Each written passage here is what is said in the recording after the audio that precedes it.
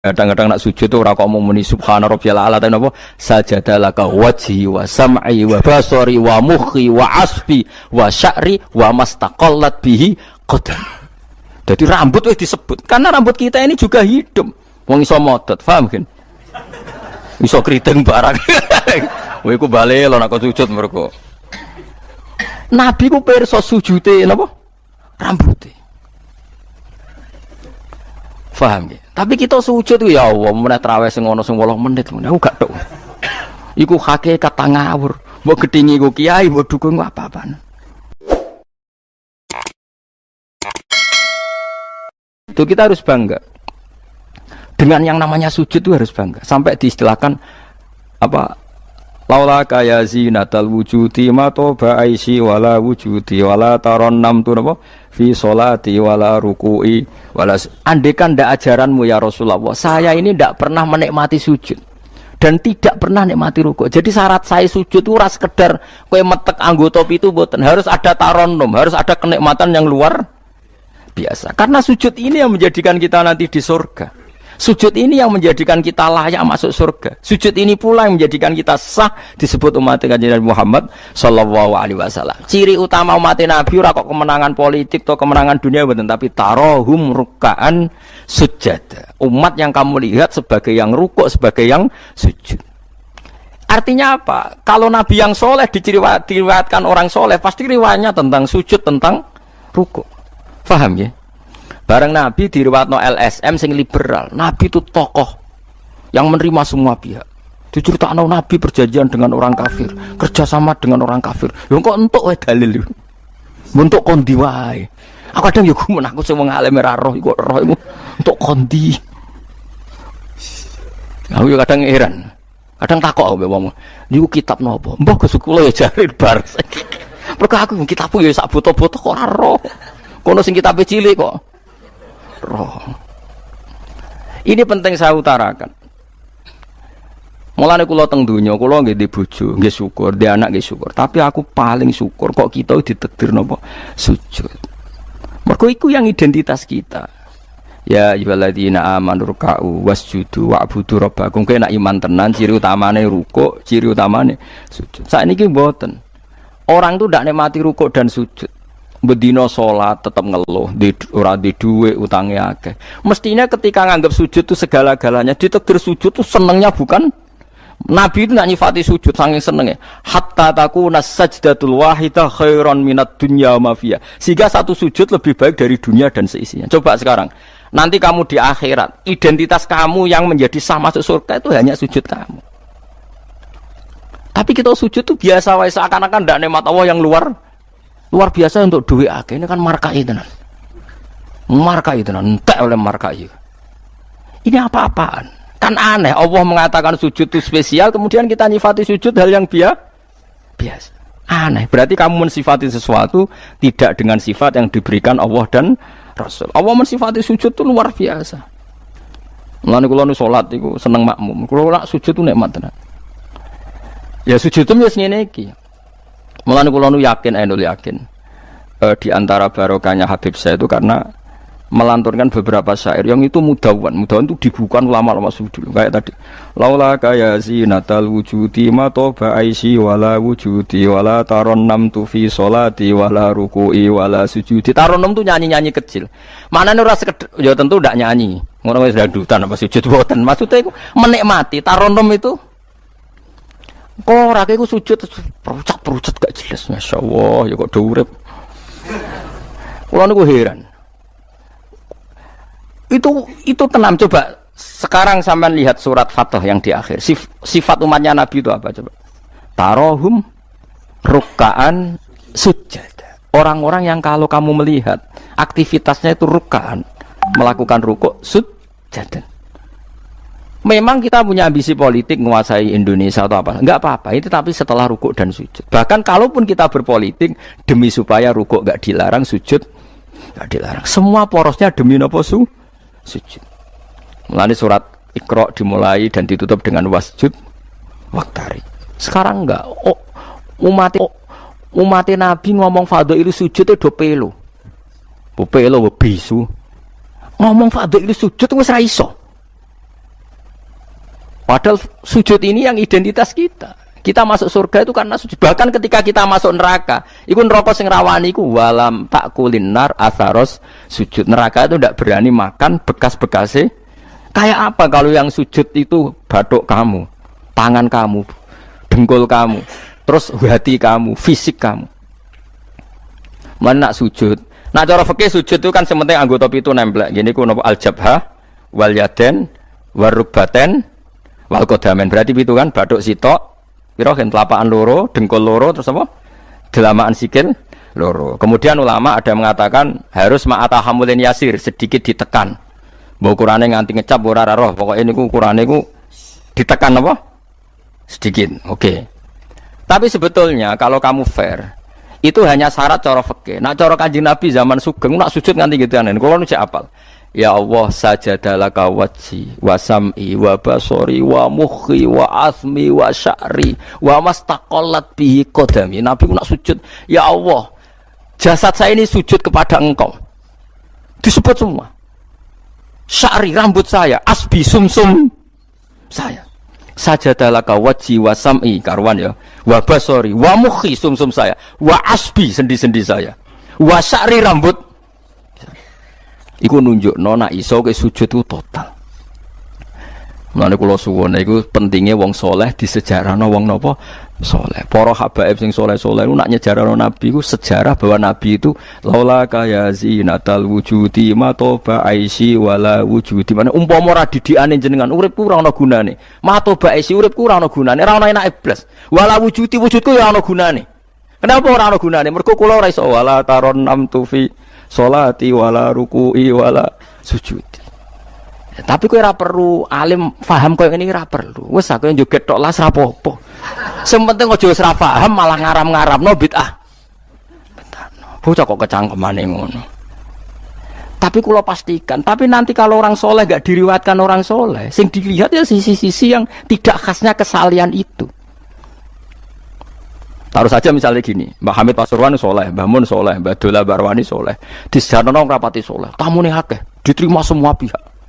Mulane uripe kepenak, mesti ngono lah nyejarano. Tapi nak sing nyejarano soleh, keselah tetep mulang. Wah alim iso maca kitab takrib, istiqomah maca Ihya. Lah kula nak kenal Mbak Hamid ning misanane Mbah kula. Santri-santrine sing soleh nyetakno. Mbah Hamid wis ora tau karek iku salat tahajud, nak duha ning kene, senengane maca burda.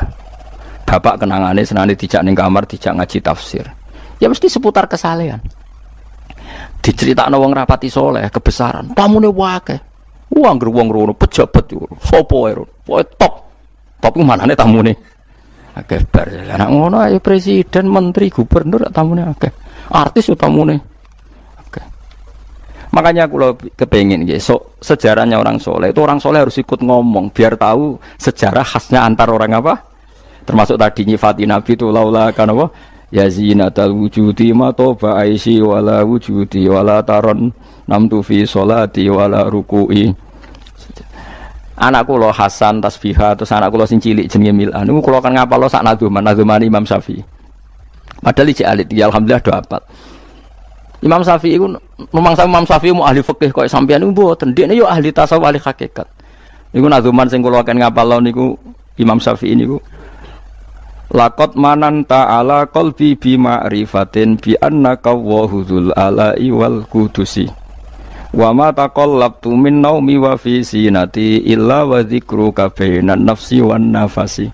Ya Allah, sungguh nikmat Engkau itu besar karena Engkau memberikan aku satu kenikmatan di mana kenikmatan itu saya tahu bahwa Engkau adalah dzul ala'i wal qudusi, zat pemberi nikmat dan yang suci. Wa ma taqallabtu min naumi wa fi sinati, kula niku turu ora tau molak-malik awakku. Ora tau molet orang Jawa. Illa wa dzikruka bainan nafsi wan nafsi, kecuali saya ingat Engkau di antara nafas-nafasku ini.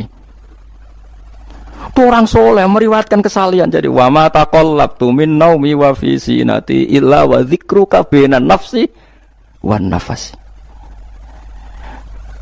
Jadi tapi enggak, sekarang agama itu diceritakan orang-orang yang gila politik, gila kekuasaan. Kita harus kuat.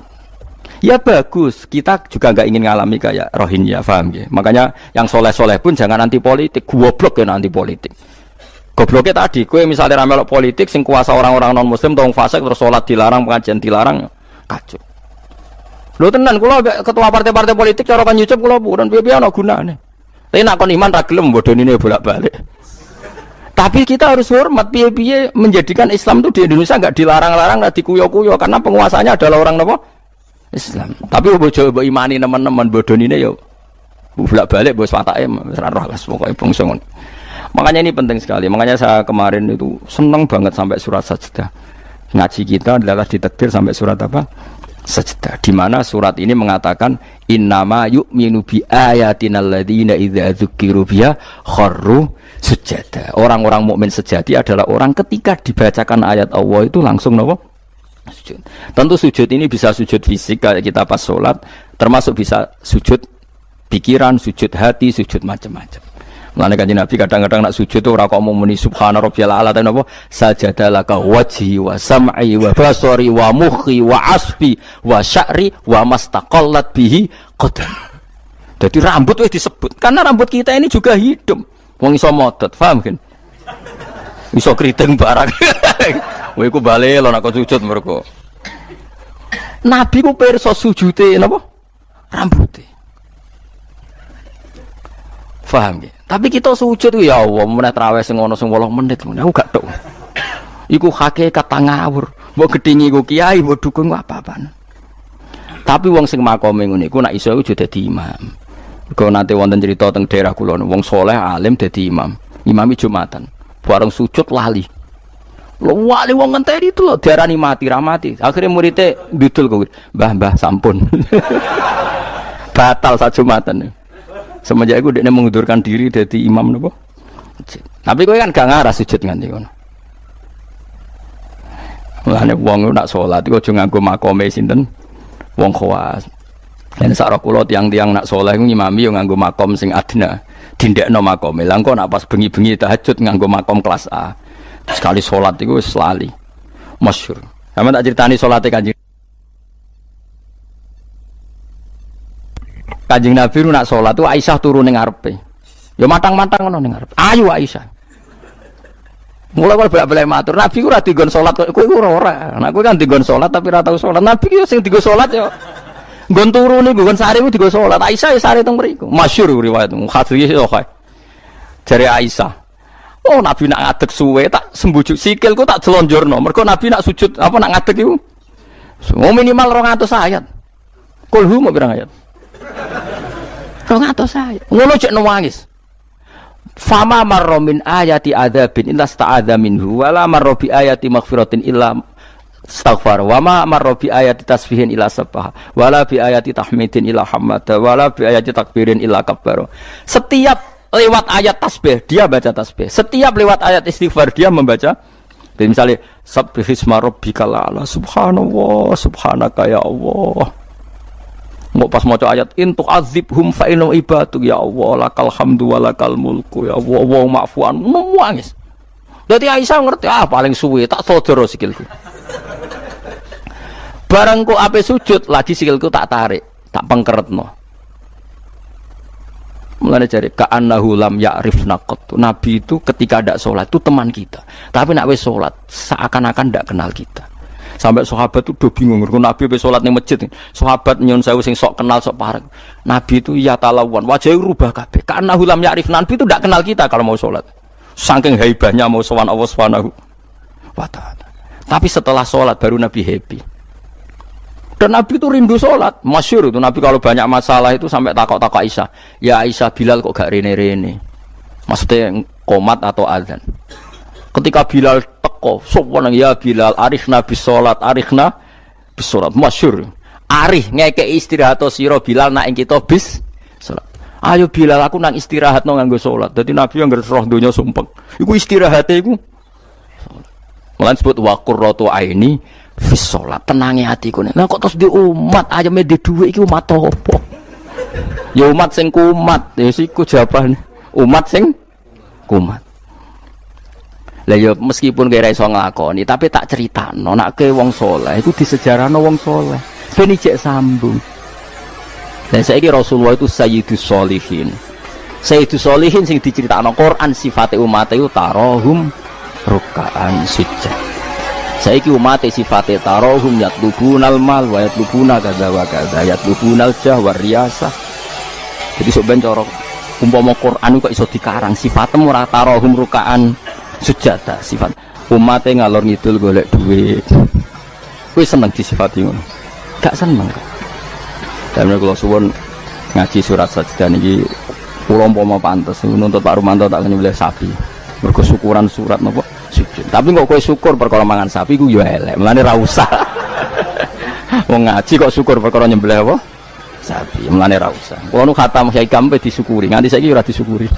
Tangan-tangan ya bener ra disyukuri. Ben syukure mergo khatam hitam ora perkara nyembelih sapi. Tapi insyaallah kuat asline kuat. Bangune ra kuat sak menaki urunan 5.000 cukup. Golekno sapi kuru ampun. So sapi sing wis kesemper. Lha kula suwun ya melane kula suwun aja geman mengabaikan sejarah versi wong soleh. Termasuk versi ya tiang-tiang soleh. Cek saking kalangan habaib, cek sing kalangan ulama. Pokoknya tiang-tiang napa soleh itu khas. Cara seneng Nabi itu khas. Kowe iso nyifati Nabi kayak tadi. Laula kaya zinatal wujudi ma to ba'isi wala wujudi wala taron namtu fi sholati. Jajal Kanjeng Nabi versi wong-wong politikus malah diseru. Nabi itu pemersatu pan Arabik. Dulu Arab itu gini-gini, setelah ada Nabi, iku iya sifatnya Nabi, tapi gue apa, bu omah ngomong no, gue sujud era iso kok ngomong dok dinti. Pertama Iqra turun ya wasjud. Iku variasi-variasi setelah ada kekuatan politik, ono variasi-variasi sifat-sifat Nabi yang datang kemudian. Tapi sifat permanennya ya wasjud waktari. Paham tuh maksudnya? Paham tenan toh? Paham ya alhamdulillah. Soalnya nak sing ora paham ya bebo paham. Ben nyenengno guru. Nyenengno guru ku ibadah. Pokoke eling-eling surat Fatah ya sing akhir napa? Tarahum ruk'an sujud. Walahum lan ora ana te wong akeh yung dzuruna dikai tempo sapa wong akeh. Yumhaluna tegese dikai tempo sapa wong akeh li taubatin krana tobat au ma'diratin utawa ngekeki alasan. Fa'arid mongko mengo sira anhum sanging kufar wan tadzir lan ngenteni sira misale inzalal adzab ing turune siksa bimiklan kufar innahum satamne wong kafir ya muntadziruna ngenteni sapa wong kafir bika ing sira wong kafir ngenteni misale hadis samautin ing terjadine kematian atau anyare kematian au qatin utawa terjadine pembunuhan. Bismillahirrahmanirrahim. Afaman kana mu'minan kaman kana fasiqo. Afaman kana mu'minan kaman kana fasiqal la yastawun. Ammal ladzina amanu wa 'amilus solihati falahum jannatul ma'wa nuzulam bima kanu ya'malun. Wa ammal ladzina fasaqu fama'wahumun nar. Kullama aradu ay yakhruju minha u'idu fiha wa qila lahum dzuqu 'adzaban nar. Dzuqu 'adzaban nar alladzi kuntum bihi tukadzibun. Afaman kana, afaman ana ta utahi wong. Wong sapa wae, kana kang ana sapa man. Ana iku mukminan, iku wong sing mukmin, sing percaya kebenerane Allah lan Rasul. Iku kaman kaya dene wong kana kang ana sapa man iku fasikon, iku wong sing fasik utawa wong sing kafir. Baleni malih. Afaman ana ta te wong kana kang ana sapa man iku mukminan mukmin. Manane mukmin ku benerno apa sing digawa Allah lan Rasul. Iku kaman kaya dene wong kana kang ana sapa man iku fasikon iku fasik utawi kafir. La yastawun, ora padha sapa wong mukmin lan wong fasik. Ail mukminuna tekse pira-pira mukmin wal fasiquna lan pira-pira fasik. Ammal ladzina amanu anapun te wong sing iman wa amilu lan nglakoni sapa alladzina as-solihati ing pira-pira amal saleh. Wong iman lan nglakoni amal saleh falahu mongko iku berhak, mongko iku kedue alladzina amanu jannatul ma'wa te entuk swarga kang dadi panggonane utawa swarga-swarga kang dadi nggon panggonane. Nuzulan tur hale tumurun. Hale dadi sogatan, hale dadi penghormatan. Huwa te maknane nuzul ku ma perkara yu adu kang den sogatna apa ma kang disuguhna apa ma lidulfi krana tamu. Bima sebab perkara kanu kang ana sapa ngake ya malu nang lakoni sapa ngake. Wa amal ladina anapun te wong akeh fasaku kang padha fasik sapa ladina. Fasik ku maknane fasik. Teng mriki fasik bil kufri fasike kelawan kafiran. Wah ini gak apal lho nggih kula kados ngaji kula wingi. Pokoke angger fasik disebut Quran kok ahli neraka kuwi mboten kok fasike sampean mboten ini fasik ringan nggih, fasik medium nih. Fasik sing ahli neraka bil kufri wa takdzibi. Wah apal lho. Wah angger fasik kok ahli neraka mana apa fasik kekafiran lan fasik nggorohno Allah lan apa Rasul. Tapi nak fasik kaya sampean bodoni wae enteng. Dak kok teras swarga ijek-ijek mlebu. Dak kok pager-pager terus napa? Mlebu nggih araf nggih kecantol-cantol mungkin ngono. Mbok jongkrono sithik munduk swarga ngono. Oh angger fase iki jelas mulane kula wingi ngotot. Ciri khas ahli sunnah niku darani ahli neraka iku kafir. Napa? Mulane mriki fasaku napa bil kufri wa takdzibi. Fase iki kelan nglakoni kekafiran lan gorono Allah. Kowe kafir to ora? Mboten. Kowe tau gorono Allah Rasul? Nak bodoni kanca. Bolak balik lah. Iku urung kafir wenteng. Mergo yo kene tau dibodoni padha wae kan wales-walesan ngono napa? Sesama saling bodoni ya. Gak usah saling napa dendam. Fasaku bil kufri kelan kekafiran. Jadi ngaten nggih kula terangno nggih masalah madzhab ahli sunnah nggih. Sampeyan kok aja terjebak training aswaja terus. Aswaja trainingnya pokoknya kadang tahlil ahli sunnah atau mboten enten ngoten kaidah ngoten. Sing ngeten kaidah ini tadi, apakah mukmin yang melakukan dosa besar itu kafir apa ndak? Jadi ciri khas ahli sunnah dan ndak itu perdebatannya napa? Mukmin sing murtakibul kabira napa? Mukmin sing murtakibul kabira. Orang mukmin yang melakukan dosa besar itu menjadi kafir apa ndak? Ahli sunnah berpendapat tidak menjadi kafir. Sementara yang khawarij yang lain berpendapat menjadi kafir. Nah, Imam Suyuti, Imam Ghazali, Imam Syafi'i semua itu ahli sunnah. Sehingga kalau ada orang kok ahli neraka, niku mesti maksiate iku bil kufri wa takdzibi. Alasan Imam Syafi'i sak bala-balane niku sak ulama sak kancane niku wong nak wis kadung bener diridani Allah. Niku sifate ora kok ora tau salah. Kula baleni malih nggih. Wong nak wis bener diridani Allah, niku sifate ora kok gak tau salah iku ora. Nek Allah seneng kowe, iku statusem wong-wong sing liyukaffirallahu anhum aswa allazi amilu. Engko amal elek ndelalah didadekno di sepuro sinten? Allah. Carane piye ya? Carane nggawe poin. Misale ngaten, sampeyan ngobet wek cah wedok. Cah wedok seneng banget kowe. Sementing ke komitmen aja zina. Tapi sampean aja takok kula, berarti SMS-an angsal Gus. Jawel angsal yo aja takok ngono. Tapi nak kowe kasil jawel tok ra zina ku insyaallah barokah ngedohi dosa gedhe sing cilik di sepuro. Tapi aja muni halal. Yo aja muni halal, yo aja lakoni nek iso. Cuma iki cerita. Ana wong seneng cah wedok banget. Tapi dia ini sukses ninggalo napa? Zina. Tapi ora sukses ninggalo jawel utawa SMS-an misale. Tapi kok jumni halal lho ya. Wong kula ora muni halal kok mbok riwayatno halal. Niki rak ngaji ilmu. Mergo di antara jatah di sepuro apa alladzina napa mboten niki intastanibu kaba'ira matun hauna anhu niku kafir angkum sayiatikum. Nak kowe sukses ngilangi sing gedhe insyaallah muga-muga sing cilik iku di sepuro. Misale kula guwething ruhin, maksimale kan mateni. Mateni kan dosa gedhe tak hindari. Mau ngenyek tok bocah kriting ndek. Lah iku yen yo dosa ngomentari ngono iku kan. Tapi luwe apik dibanding gedeng diimplementasekno membunuh. Jadi misalnya gedeng wong, opsi tertinggi kan mateni. Misalnya gak mateni bacok sikile atau bacok tangane kan berat. Wah iki ditinggalo kabeh mau karek ngrasani gremeng nyek. Lah iku lumayan. Senajan to ngrasani ya tetep dosa, tapi lumayan. Mulane kiai-kiai rata-rata yang ngrasani mergo mangkel lu nek ora diomongno dadi udun. Nah, akhirnya ngrasani. Kiai-kiai anggere mbok tamoni critakno lawan politike, mesti ngrasani to ora? Ngrasani. Mergo nek dimpet ya dadi udun. Tapi ku luwih apik timbang mateni. Misalnya kula kiai yang jenis seperti ini.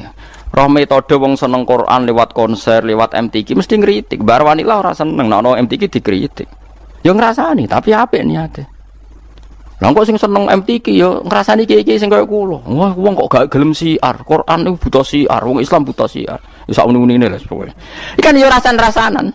Sampai sementing gak santet-santetan ngono maksudnya. Lah iku disebut apa? Intajtanibu kabairomatun hauna anhu iku insyaallah nukafir angkum sayyatikum. Jika kamu sukses meninggalkan dosa-dosa besar, yang kecil insyaallah dimaafkan.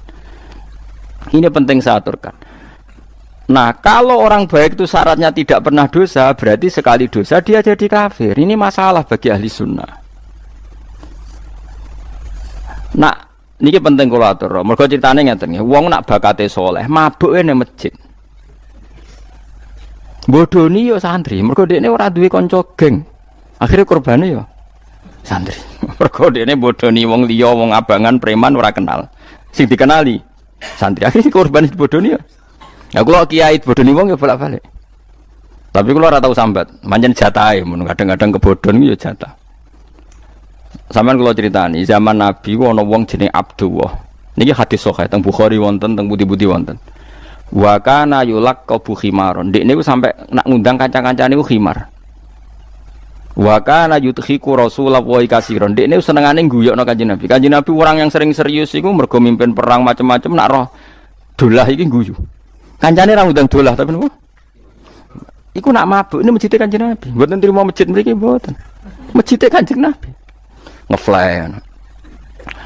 Anggere takok, kowe wong fasik kok ora ning terminal ta dalan ning masjid. Aku nak ora Nabi ku ngeluh. Tapi yo aja minum gak ngregani Nabi. Aku nak ora minum yo ngeluh. Angel gak? Akhirnya singkat cerita, Nabi itu profesional, masih santri ini nak salah ditakzir. Takzirane Syaribul Khamri ku gak ada batasnya. Enggak ada ukurannya, memang di Quran enggak ada. Sehingga kadang Nabi jilid 20 kali, kadang 80 kali. Bil jaridi wan ni'al. Ini sing khusuk-khusuk ngrungokno hadis iki. Jarid niku napa? Apa kan pelepah napa?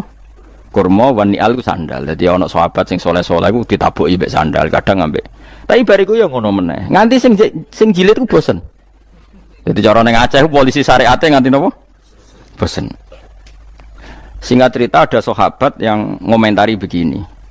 Ya khimar, ya mal'un. Pokoknya di kuiku khimar, kuiku mal'un. Saya masih ingat betul tagnya itu, kamu ini mal'un, orang yang dilaknati Allah. Nabi duka. La tal'anuhu fa innahu yuhibbu wa rasul. Lalu dalil ahli sunnah, kamu jangan melaknati dia, fa innahu yuhibbu wa. Orang ini meskipun peminum arak, itu senang Allah dan Rasul. Saya masih ingat betul takbir yang ada di kitab Ihya. Takbirnya begini, falam yukhrijhu bil maksiati anil mahabbah. Nabi tidak mengeluarkan dia dengan melakukan maksiat dari status mencintai Allah dan Rasul. Sebab itu ahli sunnah sepakat, orang maksiat itu bukan kena sifat atau kena status dia memusuhi Allah dan maksiat itu gawan kita dhaif. Misalnya ngene, kowe ora cah wedok iku eling terus nganti 2 jam. Bareng Allahu Akbar takbir ra eling Allah. Terus berarti lu seneng cah wedok timbang Allah. Wong ambek Allah ora eling mbek cah wedok. Ora iso ngono, kowe seneng cah wedok gawan nafsu yen gak bakat wali. Paham nggih? Akhire eling terus ra iso lali. Allah ora butuh mbok ilingi kowe ya ora keren diparingi lali kowe. Ini penting kula ngajekno. Kula baleni malih. Sama siapa takbirnya di Ihya di beberapa kitab ahli sunnah. Falam yukhrijhu bil maksiyah anil mahabbah. Orang ini tidak dihilangkan sifat mahabbahnya kepada Allah dan Rasul hanya karena nama maksiat. Karena maksiat itu gawan bodoh, gawan lali, gawan ngebet, gawan macam. Misalnya kayak dia anak papat, bojomu setia, katut rondo. Terus ana wong muni ngene, dadi yo katut rondo lali anak bojo, ora lali ora masalah. Cuma ora iso lali rondo, tapi ora lali anak bojo. Wong nyatane duwe jadi dibagi jatah anak ya ono jatahe. Cuma wong sing gedeng darani kowe iku lali anak. Ora lali mulai ditakoki jenenge anake ya jek roh. Kelas pirone ya jek. Cara ditakoki, "Lah kok ora mbok rabi wae?" Sungkan anakku lho, jek roh ta ora? Ijek. Tapi ora iso lali rondo iku luwih anyar misalnya. Nah, yus ngono iku. Selama ini kamu kan ya begitu. Saiki ngene aku takok. Kowe nyebut dhuwit mbek Allah sedina akeh dia. Akeh dhuwit. Kerja ya demi dhuwit. Ngamuk bojo demi dhuwit. Bariku mbok tabung. ning bang ono, ning plisiran lemari ono, ning ketu ono. Terhormate dhuwit di mana-mana ada yo eling, ning ketu yo eling, ning lemari yo eling. Bareng dhuwur pas pergi, lali aku, jebule wis mentek wektune dhuwur. Terus kowe tasik, wah berarti menuhankan uang. Enggak ada seperti ini. Apa iku wis pirsa nek kita iku dhaif, napa kita niku dhaif. Sehingga ahli sunnah mengatakan semua kesalahan itu ya kesalahan saja, tapi tidak menjadi kafir, tidak menjadi bukan berarti kita tidak cinta Allah dan Rasul. Jadi wong mabuk, kunane kuno wong lani kiai ora oleh gedeng preman teman-teman. Kadang yo ono wong preman, tapi ra iso mungkiri seneng kiai. Lan cara kula ora masalah ono wong ra salat nekani konser selawatan, cara kula ora masalah. Ndekne nyatane seneng pas selawatan seneng. Nak menawa awal untuk hidayat. Nak ki fikih komentar, apa gunane nekani selawatan tapi ra salat. Lah nek dene ra tau nekani selawatan, ra salat terus jalur hidayate kon diye nak menawa ana siji loro selawat sing ditampa dadekno sebab napa? Hidayat. Seneng kok komentar. Ora melok dadi pangeran kok geger. Jadi kalau baleni malih, mulane teng mriki angger kitab ahli sunnah wal jamaah sing asli, ku angger ana ayate pangeran dawuh fasaku mesti bil kufri wa takdzibi. Dadi dosa fasik sing sebab kekafiran lan sebab gorono Allah lan iku lagi ahli neraka. Harun ar-Rasyid itu dinasti Bani Abbasiyah. Itu pinter sekali. Ada seorang ustadz yang agak ekstrim. Itu datang ke Harun ar-Rasyid. Ya Amirul Mukminin, inni nasihun laka famusaddidun alaika. Fala tajidanna alayya fi nafsika syai'an. Saya mau nasihati kamu, tapi saya mohon jangan masukkan hati. Karena nasihat ini penting. Tapi saya akan keras, vulgar. Akan keras, kritik saya akan keras. Karena Anda sebagai Amirul Mukminin tidak pedes. Apa kata Amirul Mukminin Harun ar-Rasyid? Uskut ya Ustadz. Sebagai riwayat uskut ya jahil. Kamu itu Ustadz bodoh, tidak usah banyak omong. Terus ditanya, kenapa saya bodoh? Terus dibacakan ayat faqula lahu qaulal layyinal la'allahu yatadzakkaru au yakhsha. Inna Allaha ta'ala qad arsala man huwa khairun minka ila man huwa syarrun minni. Wa ma'a dzalika qala ta'ala faqula lahu qaulal layyin. Allah pernah menugaskan seorang yang lebih baik ketimbang kamu, yaitu Musa dan Harun. Musa dan Harun adalah seorang nabi. Kepada orang yang lebih buruk ketimbang saya, yaitu Fir'aun. Itu saja etikanya faqula lahu qaulal layyinan. Kamu kalau ngomong yang halus, yang baik, yang berperadaban, kok kamu sama saya mau kasar?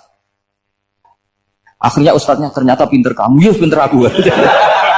Jadi semudah itu. Allah itu menugaskan orang yang lebih baik ketimbang kamu, yaitu Nabi Musa, kepada orang yang lebih buruk ketimbang saya, yaitu Fir'aun. Itu saja ada etikanya.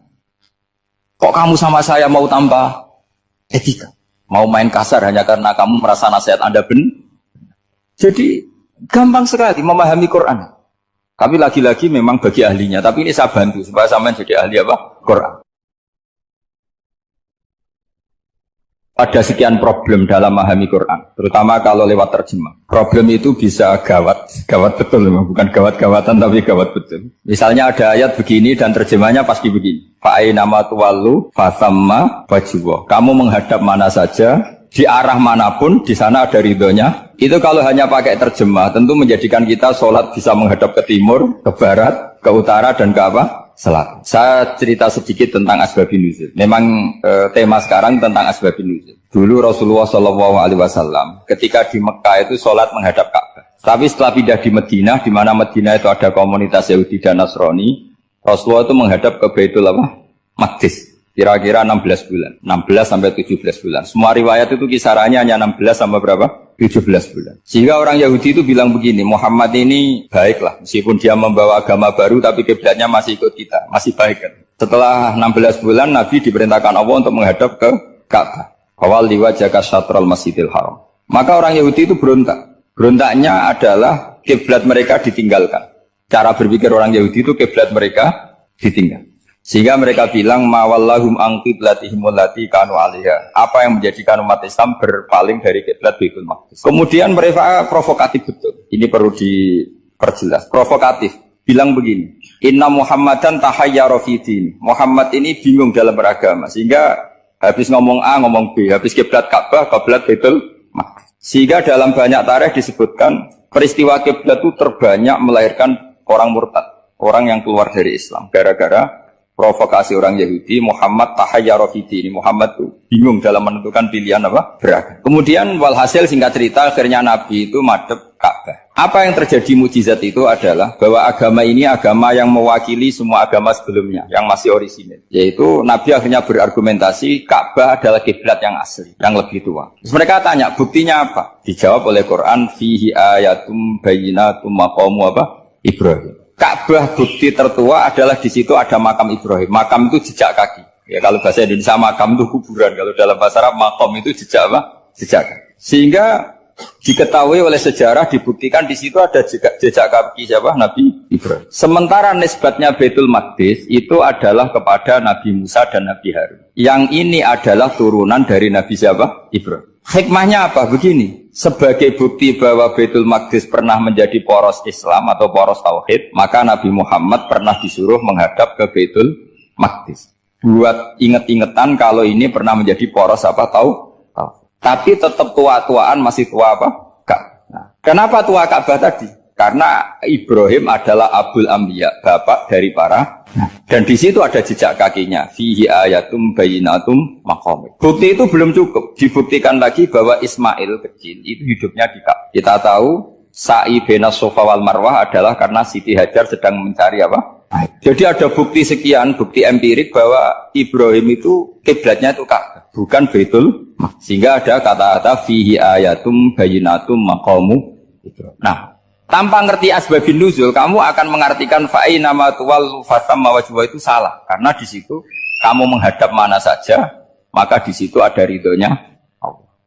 Maka para ulama memberi catatan, maksudnya begini, kamu menghadap kemana saja, asal itu yang diperintahkan Allah, maka di situ ada ridhonya Allah. Harus seperti itu maknanya, disesuaikan dengan konteks asbabun nuzul. Tanpa seperti itu tidak bisa. Dan masih banyak lagi kepentingan tentang asbabun nuzul. Jadi problem sekarang adalah banyak mufassir yang hanya mengartikan dari terjemah. Itu bahaya sekali. Jika ada orang yang menikah secara mut'ah, itu kan mirip kayak transaksi zina. Mereka berdalil famastamta'tum bihi minhunna fa'atuhunna ujurahun. Perempuan yang sudah kamu nikmati, yang penting kamu bayar. Terjemahnya seperti itu. Karena ujur itu jamaknya ujroh. Itu fatal sekali. Padahal ayat itu begini, settingannya begini, setting siakul kalamnya atau asbabun nuzulnya begini. Ini sekaligus, memang saya sengaja ngaji dengan tema yang berat, bentuk penghormatan pada yang ngaji. Kalau temanya ringan kan kayak TPQ. Begini asbabun nuzulnya begini. Wal muhsanatu minan nisa yang awal juz 5 itu, ya kita santai aja, yang awal juz 5 itu sebetulnya maktuf, diatafkan pada ayat hurrimat alikum ummahatukum wa banatukum wa akhwatukum wa ammatukum wa kholatukum wa banatul akhi wa banatul ukhti. Jadi perempuan yang haram dinikah itu ada 7. Yang faktor nasab, yaitu siapa? Ibu, putri, saudara putri, bulik dari bapak, ammah itu bulik dari bapak, kholah itu bulik dari ibu, keponakan dari saudara lelaki, keponakan dari saudara perempuan. Ini disebut haram karena nasab gen.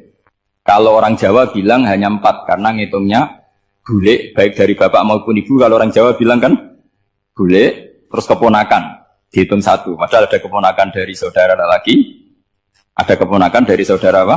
Perempuan. Wa banatul akhi wa banatul ukhti. Terus kedua haram karena rodok. Kita tahu dalam hukum Islam rodok adalah sama dengan nasab. Jadi ibu yang pernah menyusui kamu berarti jadi ibu kamu. Dan saudara sepenyusuan berarti menjadi saudara kamu. Ini disebut wa ummahatukum allati arda'nakum wa akhwatukum minar radha'. Terus ketiga haram karena musaharah, karena besanan. Jadi pagi ini misalnya saya nikah dengan Sri, bilang qabiltu nikaha wa taswijaha bil mar'il matur. Setelah nikah dengan Sri ini otomatis ibunya dia menjadi mertua. Otomatis haram saya apa? Nikah. Ini namanya haram karena musaharah. Atau kamu punya anak Zaid. Zaid pagi ini akad dengan Sri. Berarti Sri adalah menantu Anda. Otomatis haram bagi Anda. Itu namanya haram karena musaharah, karena bisanan. Itu yang disebut waroba haram-haram itu kan saat terus itu wa ummahatu nisaikum. Ibu dari istri-istri kamu. Memang ini agak jelimet, tapi memang syaratnya mufassir harus biasa jelimet. Jangan hanya nyari partai ayat-ayat untuk kepentingan partai. Wah itu ngeri. Kacau Quran dipakai kampanye. Terus itu berarti sudah 3 kan? Haram karena nasab, karena rodok, haram karena musoh. Terus yang keempat ini haram yang bukan karena sebab pada seorang perempuan, tapi karena istri orang. Disebut wal muhsanatu minan nisa. Haram menikahi perempuan yang masih milik orang lain. Nah, orang lain yang menikahi ini, istilahnya Allah adalah lelaki yang menikahi perempuan ini adalah lelaki sing muhsinina ghairu musafihin, secara nikah yang sah.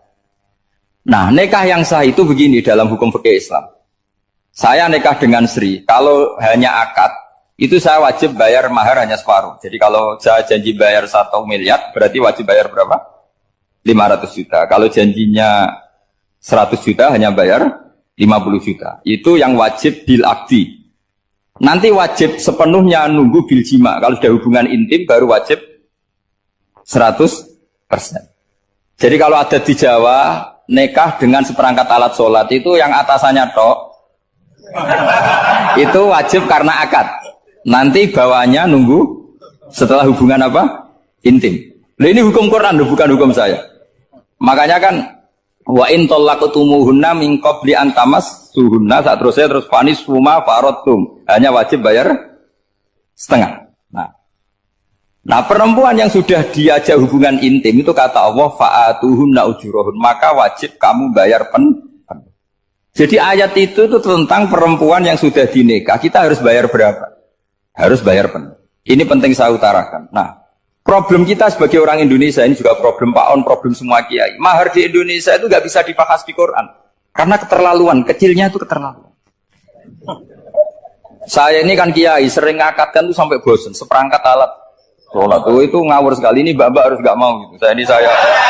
Saya provokasi minimal itu ya berapa? 100 juta berapa? Pantasnya berapa? Pantasnya berapa? 10 gram itu berapa nilainya? Kan 1 gram 500 ribu, baru 5. Ya sudah mendingan itu 10 gram. Quran itu bayangannya gini, sambil latihan, yang hafal-hafal biar latihan. Jangan dapat beasiswa karena hafal tapi nggak jelas juntrungannya. Quran itu bayangannya gini, ini nggak mungkin Quran ini bisa dibaca di Jawa. Wa in aradtum istibdala zawjin makana zawji wa ataitum ihdahunna qintaran fala ta'khudhu minhu syai'a. Jika kamu nikah sama seorang perempuan, kemudian kamu cerai, maka mahar yang sudah kamu berikan jangan ambil lagi. Karena mahar di Arab itu mahal, 100 juta, kadang mobil Alphard, kadang GMC. Sehingga setelah menceraikan tuh kebayang menarik. Kok enak, dulu saya memberikan itu kan karena dapat servisnya, sekarang sudah saya cerai, saya tarik. Kalau mahar di Indonesia kan seperangkat alat sholat. Jadi gak kebayang ada kalimat fala ta'khudhu minhu syai'a, jangan ambil lagi. Kebayang ngambil aja enggak? Apalagi kalau nikahnya sudah 2 tahun kan sudah lusuh, sudah. Tapi kalau di Arab itu kebayang karena mahal. Makanya orang Arab suka nikah orang Indonesia karena murah. Jadi bahasa kintoron itu harta yang enggak ternilai. Wa ataitum ihdahunna kintoron. Kok yang enggak ternilai? Mahal betul. Itu pernah saya hitung, ada yang mahar itu 400 juta, ya sekira segitu. Nah makanya setelah dicerai, Allah memperingatkan setelah kamu kasihkan, ya jangan minta lagi. Kenapa kepikiran minta? Karena jumlahnya besar. Kalau di Indonesia kepikiran nggak minta, ya? Nggak kepikiran, saking kecilnya. Seperangkat alat sholat, kadang 1 juta. 1 juta itu setelah hubungan intim, sebelumnya yang wajib hanya 500. Itu kan nggak kebayang. Makanya susah ngartikan Quran di Indonesia, kadang susah, karena kadang terlalu. Itu pernah Sayyidina Umar radhiyallahu anhu pernah bilang begini, wahai para perempuan, mahar itu jangan mahal-mahal, kasihan para lelaki. Itu ada perempuan alimah, ya orangnya alim betul. Itu usul langsung gini, ya Amirul Mukminin, laisa dzalika laka ya Amirul Mukminin. Waqad qala ta'ala wa atiitum ihdahunna qintaran. Kamu hanya seorang Amirul Mukminin, tidak berhak bikin aturan pembatasan mahar. Allah saja tidak batasi, kenapa kamu batasi? Sehingga dulu yang namanya nikahnya Sulaiman Agung atau Jamaluddin siapa Ratu Agung, kalau hadiah ya sampai tas mahal itu. Ini kan dari bahasa Arab mumtaz mahal. Mumtaz itu istimewa, mahal itu Dia punya istri yang sangat dicintai, dikasih hadiah mumtaz mahal. Terus ilat Jawa jadi apa? Tasmal. Itu sama Mujid Ulil Albab kalah. Itu kalau cerai kan kepikiran minta lagi. Dikasihkan yang baru. Tapi kalau di Indonesia tidak mungkin karena apa tadi? Seperangkat alat sholat. Udah gitu nyari yang murah lagi. Yang bagus kitanya, bungkusnya yang bagus. Maka nggak mungkin kita maknani Quran tanpa mengenal yang bernama asbabin. Karena makna ayat itu bisa kacau kalau kita tidak tahu asbabin. Yaitu kayak tadi makna fa'ina matuwalu fatamma wajibwa. Itu maknanya kan kamu menghadap mana saja, boleh saja di sana ada ridhonya Allah. Berarti kan bisa ke timur, ke selatan, ke utara, ke barat. Itu bahaya betul.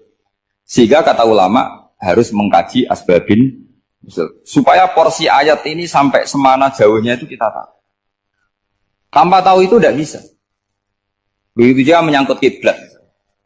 Sekarang saya tanya, kemarin kan ramai dulu juga menak. Kiblat semuanya diukur dengan GPS. Terus beberapa masjid dikomentari salah. Karena diukur pakai apa? GPS. Kalau dalam bahasa falak disebut yaumarostil kiblat. Memang bisa diilmoni. Tapi pertanyaannya begini, dari awal Allah ngendikan fawali wajhaka syatral masjidil haram. Kamu yang penting sholat itu menghadap masjid. Masjid itu ya bangunan.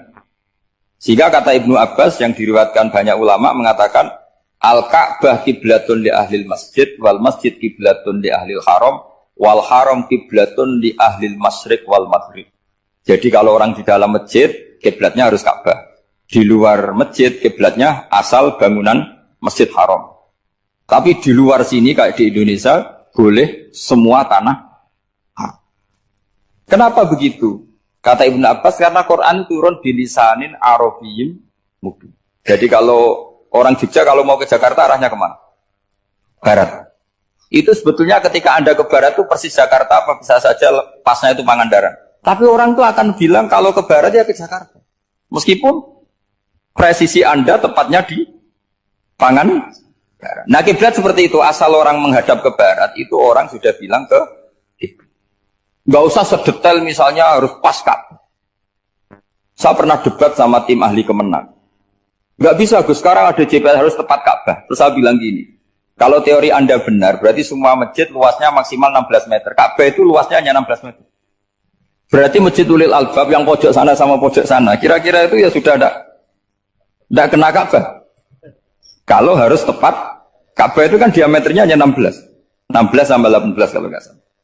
Berarti semua masjid kalau ingin tepat Ka'bah harus pas 16.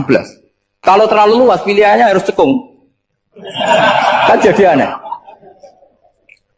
Makanya saya itu sering Pak On, dulu saya ini biasa debat fikih. Kalau di tradisi pesantren namanya Basul Masail. Saya punya teman yang paling kurang ajar, yang paling saya kenang dalam panjang sejarah. Dulu itu kalau debat fikih itu ya seru. Kalau aturan fikih kan gini, soft paling baik itu kan soft pertama. Baru kedua, baru ketiga. Yang paling keren kan soft awal, soft. Terus teman saya bilang gini Pak, ya kalau gitu gini aja Gus, desain masjid itu memanjang utara selatan. Biar semuanya soft awal. Gara-gara didesain begini kan ada soft 2, soft 3. Apa susahnya? Kita bikin mulai awal supaya masjid itu memanjang utara apa? Selatan. Supaya semuanya soft awal. Ya kalau ada hukum ya diimplementasikan dalam desain bangunan katanya. Itu kan kacau. Terus akhirnya saya jawab, lalu setelah begitu yang paling afdol siapa? Yang dekat imam.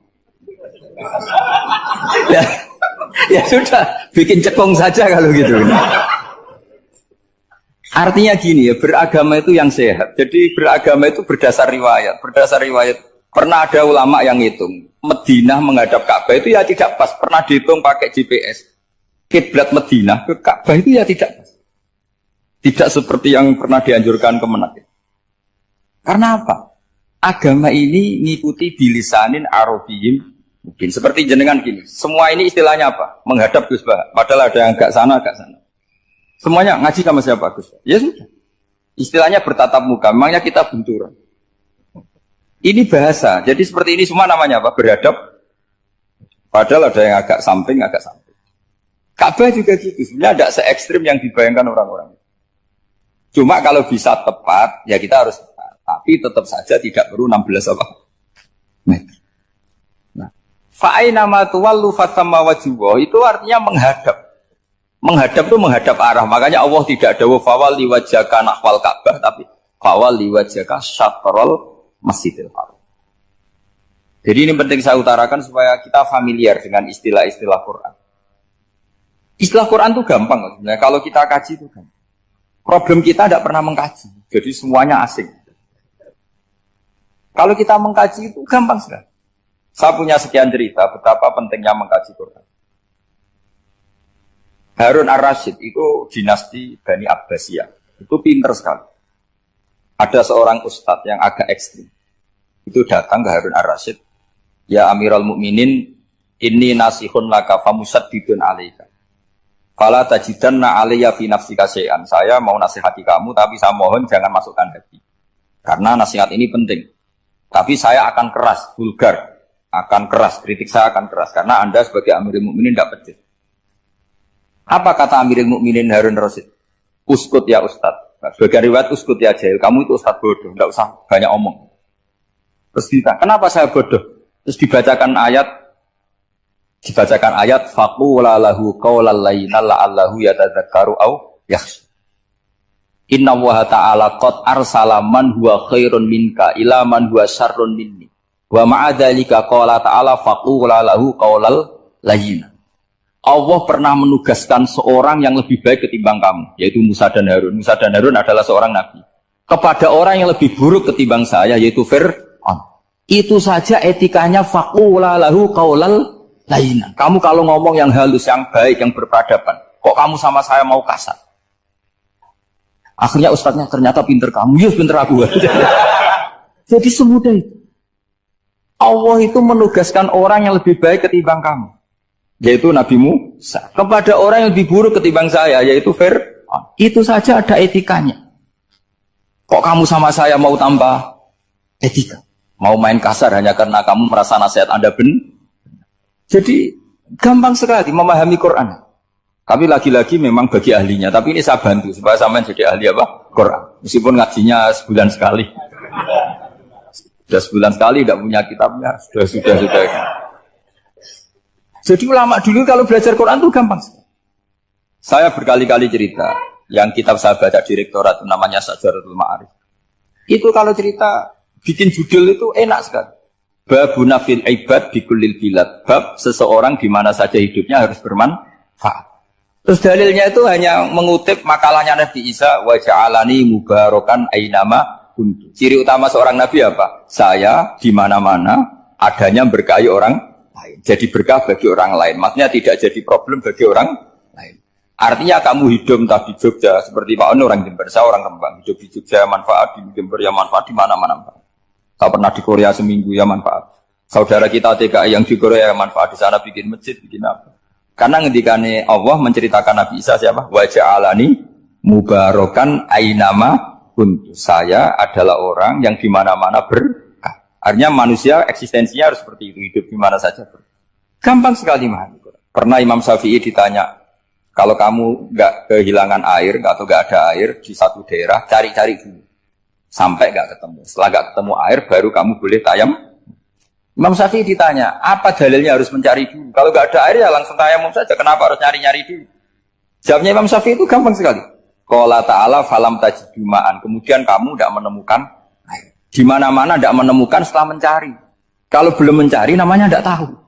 Kan ayatnya kan falam tajidu ma'an. Kemudian kamu tidak menemukan air. Tidak menemukan tuh nyari dulu apa langsung ngambil sikap? Nyari dulu baru kesimpulannya tidak ketemu. Kalau belum pernah nyari namanya tidak tahu. Segampang itu ulama dulu memahami Quran karena konstruksinya utuh. Yaitu mereka tahu betul bahwa Quran itu bilisanin Arabiyyin. Ketika Futuhat Syam dulu itu dikuasai tentara Romawi. Era Sayyidina Umar Futuhat. Yerusalem dikuasai tentara Islam. Itu awal Sayyidina siapa? Umar radhiyallahu anhu. Ketika Futuhat mau ada pesta besar-besaran. Tapi Umar menolak. Ketika menolak, kenapa Anda menolak? Beliau hanya baca ayat Inna Allaha ta'ala ayyara qauman faqala adhabtum thayyibatikum fi hayatikumud dunya. Allah itu mengkritik satu komunitas kaum yang zaman di dunia menghabiskan semua kenikmatan. Maka kita tidak perlu syukuran besar-besaran. Jangan-jangan jatah kita di akhirat kita habiskan di dunia. Itu adhabtum thayyibatikum fi hayatikumut. Semudah itu. Semudah itu ulama. Rasulullah pernah dahar, pernah makan. Makan karena 3 hari gak makan, cara di Indonesia gak makan nasi, gak makan daging, sudah lama sekali. 3 hari Nabi hanya makan kurma dan air putih. Pernah Nabi gak makan roti sampai 3 hari. Kalau Indonesia mungkin gak makan nasi. Di hari ketiga, ada sahabat yang berbaik hati, Nabi disembelihkan kambing, dipotongkan kambing, Nabi disuruh dahar. Itu baru dahar setengah piring, Nabi berhenti. Ketika ditanya, setengah piring itu kan sudah kuat untuk sholat, untuk apa sudah kuat. Ditanya, ya Rasulullah kenapa berhenti? Bukankah engkau tidak makan ini 3 hari? Nabi menjawab, walatus alumna yauma idzin anin naim. Semua nikmat yang saya rasakan nanti ada pertanggungjawabannya. Makanya saya tidak ingin banyak-banyak. Wah itu kalau diterapkan di sini nggak populer. Makanya saya tahu gayanya ngaji Quran itu nggak siap dengan konsep-konsep Quran ini. Jadi segampang itu orang dulu. Nah karena apa ya itu tadi? Mereka tahu asbabun nuzul. Quran itu diturunkan dalam konteks apa? Lafat ini arahnya kayak apa? Mutlak muqayyadnya kayak apa? Muhkam mutasabihnya kayak apa? Nasah mansuhnya kayak apa? Nah sedikit saya cerita ini mungkin contoh terakhir supaya agak lama-lama, nanti bingung kalau lama. Yang bingung ya saya. Bingung cara memahamkan.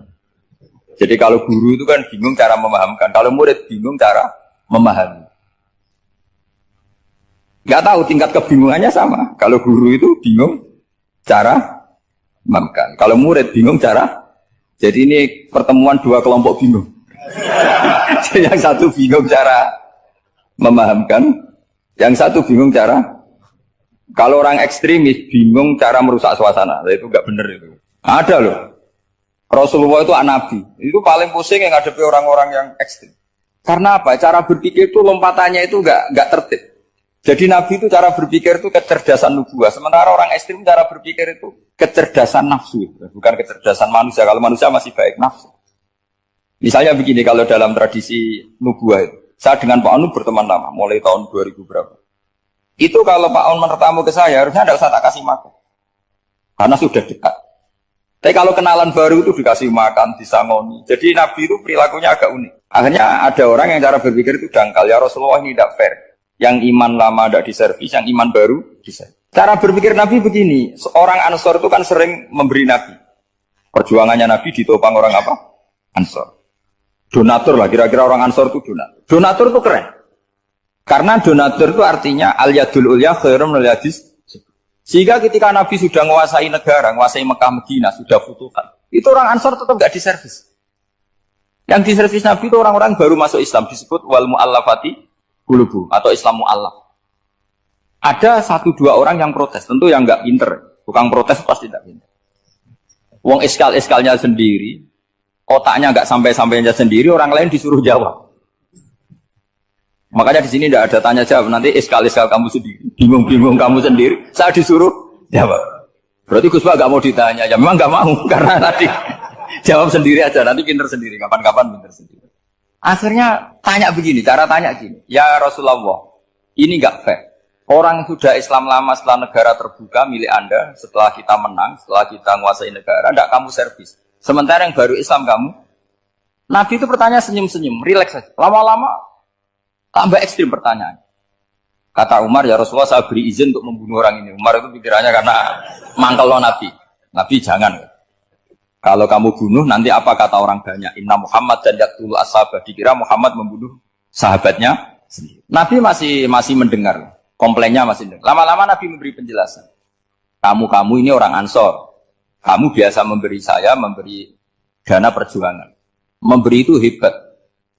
Saya tidak ingin menurunkan grade Anda, grade sebagai pemberi, berarti kelasnya elit, sekarang menjadi penerima. Itu tidak bagus. Itu betapa Rasul ini namanya kecerdasan nubuah. Kalau orang biasa memberi, biar memberi saja. Supaya dia tetap heroik, tetap patriotik, tetap keren, karena mentalnya Jangan sampai dari mental memberi, kemudian mentalnya peminta. Jadi kalau Pak On jadi tim suksesnya Pak Jokowi, dia tidak minta-minta. Kalau dulu kampanye, ya kampanye saja. Biar memberi terus gak pernah minta, meskipun akhirnya ya gelo. Tapi Nabi dulu didik gitu. Jadi orang Ansor itu nggak pernah diservis. Padahal jasanya kayak gitu. Supaya kelasnya tetap kelas elit, yaitu pemberi, penanggung jawab. Nabi nggak ingin orang Ansor turun grade menjadi penerima. Orang-orang yang cerdas nubuah menerima konsep Nabi seperti itu. Tanya sama Pak On, saya dadani terjemahan UI itu puluhan tahun sama Pak Zul. Itu beliau ke kontrakan saya ke rumah beliau. Tidak pernah berharap apa. Saya sangat tertutup. Bukan apa-apa ya, kalau ingin memberi saja. Kontribusi saya pada Al-Quran. Saya tidak kepikiran mendapat.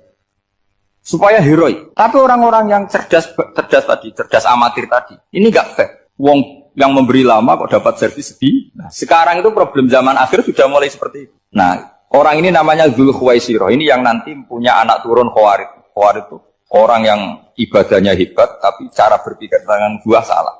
Kalau orang lagi Khawarij itu orang ibadahnya hebat, tapi cara berpikir nubuah salah. Nubuah itu unik. Nubuah itu cara berpikir tadi. Apa ya? Melihat sesuatu yang benar biar benar terus itu. Yaitu tadi, mental memberi itu ya biar memberi terus, tidak usah di-share. Maka ketika Abu Bakar jadi Khalifatul Rasulillah, itu ada sistem kepegawaian. Itu gajinya Umar yang sudah Islam lama, gajinya Abu Bakar yang sudah Islam lama. Itu sama Abu Sufyan sama, padahal Islamnya Abu Sufyan baru setelah Fathu Mekah, kira-kira baru setahun. Terus diprotes sama orang-orang, ini Islam lama kok gajinya sama Islam yang baru setahun kok sama. Kata Abu Bakar, fadailuhum indallah, mereka punya kelebihan Islam lama itu indallah, nanti balasannya biar surga. Kalau di dunia sesuai profesinya. Artinya profesi kalau penjaga kantor ya berapa, kalau dosen berapa, pokoknya ya sudah. Dan itu diterima oleh sahabat, semuanya nerima konsep itu. Era Umar agak dibalik. Abu Sufyan kira-kira gajinya 1 juta, yang lainnya yang menangi Nabi mulai awal gajinya 10 juta. Ditanya, ya Umar, kenapa ini jadi rubah seperti kebijakan Abu Bakar, tidak seperti Abu Bakar? Jawabnya Umar lucu. Fawwah la usawwi baina man qatala Rasulullah wa baina man qatala ma'a Rasulillah. Demi Allah saya tidak akan pernah menyamakan orang yang dulu merangi Rasulullah yaitu Abu Sufyan dengan orang sing selawase dari Rasulullah yaitu Sayyidina Ali dan sebagainya. Ini penting. Artinya ketika gajinya orang saya seperti Ali radhiyallahu anhu itu tinggi itu bukan karena lamanya Islam, tapi karena lamanya iman. Jadi mulai dulu istihad itu ada dan dulu dia biasa saja. Karena tadi ada kecerdasan nubuah. Saya ulang lagi, ada kecerdasan apa? Sekarang itu kecerdasan tomak atau kecerdasan nafsu. Itu kalau sampai ngaji kitab tasawuf, itu bab bakhil itu tidak ada. Menurut kitab tasawuf, medit itu tidak ada, kikir itu tidak ada. Yang ada itu tomak. Tomak itu berharap dikasih orang lain. Sampean pernah nggak bilang kalau artis-artis di Jakarta kikir? Tidak pernah kan? Karena kamu tidak pernah ingin diberi. Tapi kalau kamu punya pacar karena kenal tidak pernah ditraktir, oh pacar saya kikir. Karena kamu ingin diberi. Pernah nggak kamu hukumi orang lain kikir yang nggak kenal? Padahal tidak pernah memberi kamu. Apa kak? Karena kamu tidak pernah ini. Coba sekarang kamu saya tanya, ini latihan cerdas. Definisi kikir itu apa tuh Pak? Nggak pernah memberi kamu kan? Artis-artis Jakarta, tokoh-tokoh nasional pernah nggak memberi kamu? Enggak kan? Tapi tidak pernah kamu vonis kikir. Karena kamu tidak pernah tomak. Tapi pacar kamu, kok amin ditraktir terus? Atau istri kamu, atau mertua kamu, kok tidak ngasih warisan, kamu bilang kikir kan? Sebabnya kikir betul apa karena kamu tomak, berharap? Tomak. Maka di kitab tasawuf itu nggak ada bab kikir, yang ada bab tomak. Karena asal usul menvonis orang kikir itu karena tamak. Maka jangan banyak kenal orang, nanti banyak hukum kamu kan. Sombong juga gitu, di tasawuf itu nggak ada bab sombong. Karena orang hukumi orang lain sombong itu karena kamu ingin dihormati. Ada orang nggak kenal, terus lewat saja nggak tanya kamu bilang sombong enggak kan? Tapi kalau kenal, oh sombong betul, kenal nggak tanya kan. Jadi tasawuf itu sisi unik dari terus ingin kenal Pak Jokowi ingin jadi menterinya, nanti kenal rektor ingin jadi pegawainya. Ketika nggak diturutin, bilang Pak Rektor kikir. Tapi orang lain ya kak pernah berharap, mungkin nggak menvonis Pak Rektor atau Pak On ini kikir, enggak kan? Berarti vonis kikir itu status orang itu apa nggak kesampaian niat kamu? Memang agak jelimet ilmu tasawuf itu, tapi itu unik, itu bagian dari khazanah apa? Islam. Makanya Rasulullah itu sering isti'adah minta perlindungan wa min toma'in fi ghairi matma'in. Ya Allah, saya tidak ingin berkeinginan yang tidak layak. Coba kamu protes negara itu karena apa? ingin makmur sejahtera tanpa kerja sehingga nyalakan menteri keuangan, menteri ini.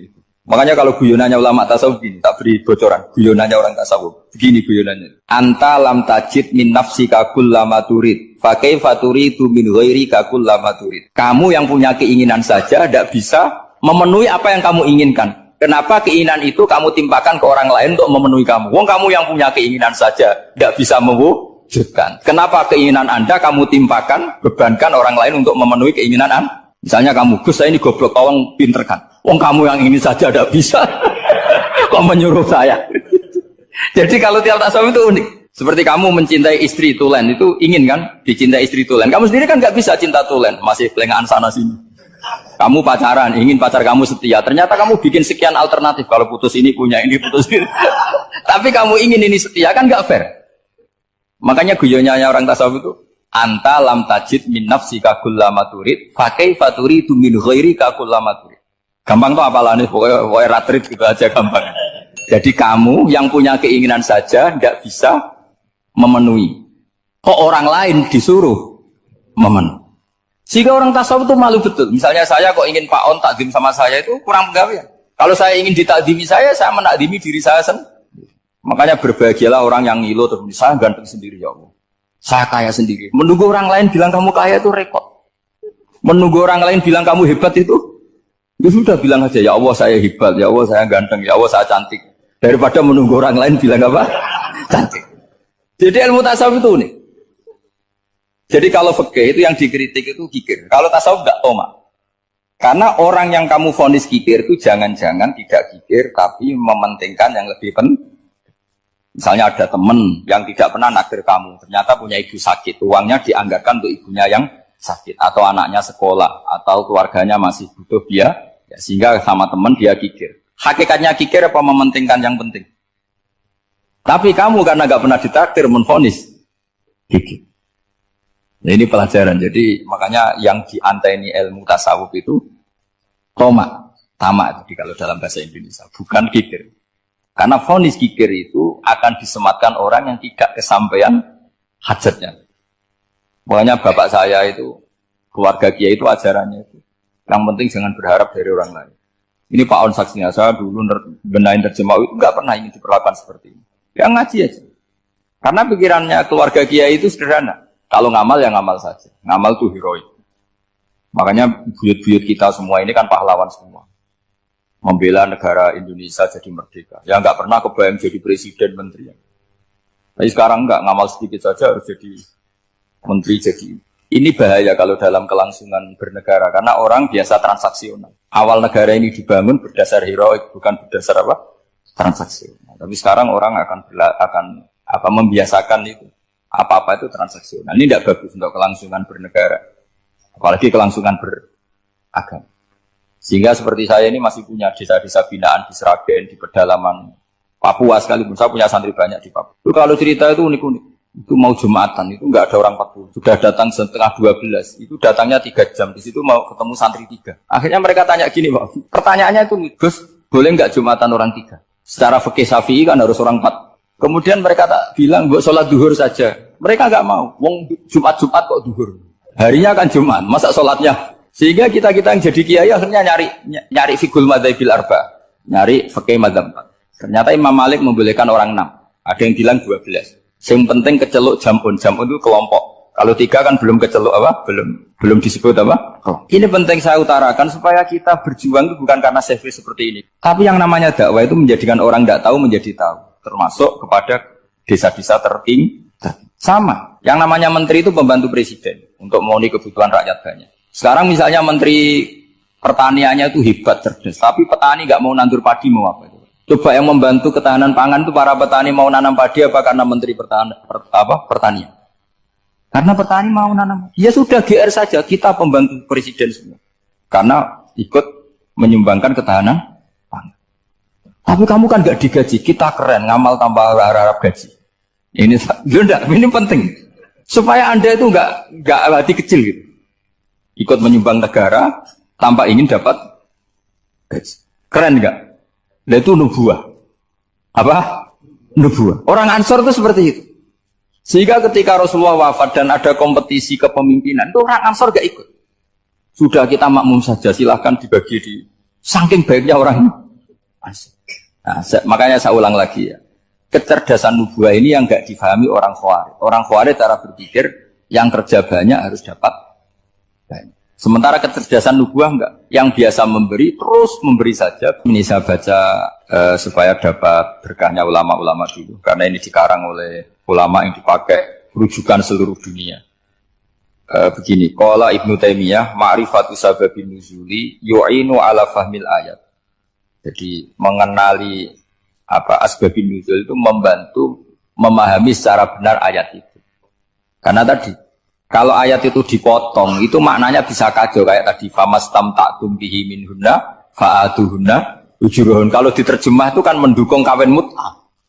Kalau terjemahnya saja perempuan siapa saja yang pernah kamu nikmati yang penting kamu bayar, itu kan aliran sesat dan menyesatkan. Itu konteks asbabun nuzul tidak seperti itu. Perempuan yang sudah menjadi istri kamu, seorang lagi perempuan yang sudah menjadi istri kamu, jika sudah kamu hubungan intim, maka maharnya harus dibayar penuh. Tapi kalau belum hubungan intim, maharnya hanya wajib separuh. Fanisfu ma faradtum illa ayafuna aw ya'fu alladhi biyadihi uqdatun nikah. Tapi tadi kalau di Indonesia gimana Gus? Itu yang repotnya. Maharnya itu tadi mau kena atasan dan apa? Bawahan. Wah kacau kalau di Indonesia. Sehingga kita bingung kalau dalam logika Arab kan gitu. Bayangannya kalau cerai, kata Allah fala ta'khudhu minhu syai'an. Harta yang sudah kamu berikan ke istri jangan diambil lagi. Sampai dilarang ngambil tuh karena jumlahnya banyak sehingga kepikiran ngambil. Kalau di Jawa nggak usah dilarang sudah tidak akan ngambil karena rukuhnya sudah lulus. Itu susahnya baca Quran di Jawa ya. Karena dari awal maharnya terlalu apa? Kecil. Terus beliau Imam Suyuti termasuk di sini menyontohkan yang pasti salah kalau difahami yaitu tadi ayat apa itu fa'inama tuwallu fasamman wajib. Jadi beliau terus meringatkan betapa pentingnya mengenali asbabin nuzul. Karena asbabin nuzul itu gampang. Saya ulang lagi, asbabin nuzul itu gampang. Gampangnya begini ya, kan ada satu peristiwa. Misalnya begini, Rasulullah itu kan mengkritik penuhanan Lata dan Uzza. Berhala-berhala itu dituhankan, dikritik sama Rasulullah. Kemudian mereka begini, karena mereka biasa personifikasi Tuhan. Muhammad, kalau Tuhan itu tidak Lata Uzza dan itu terbuat dari batu, lalu Tuhan Anda itu dari apa? Amin fiddotin audabin. Lalu Tuhan Anda ini dari emas apa dari perak? Karena mereka nggak bisa membayangkan Tuhan tanpa dipersonifikasi. Terus Allah menurunkan qul huwallahu ahad, Allahus somad, lam yalid wa lam yulad wa lam yakul lahu kufuwan ahad.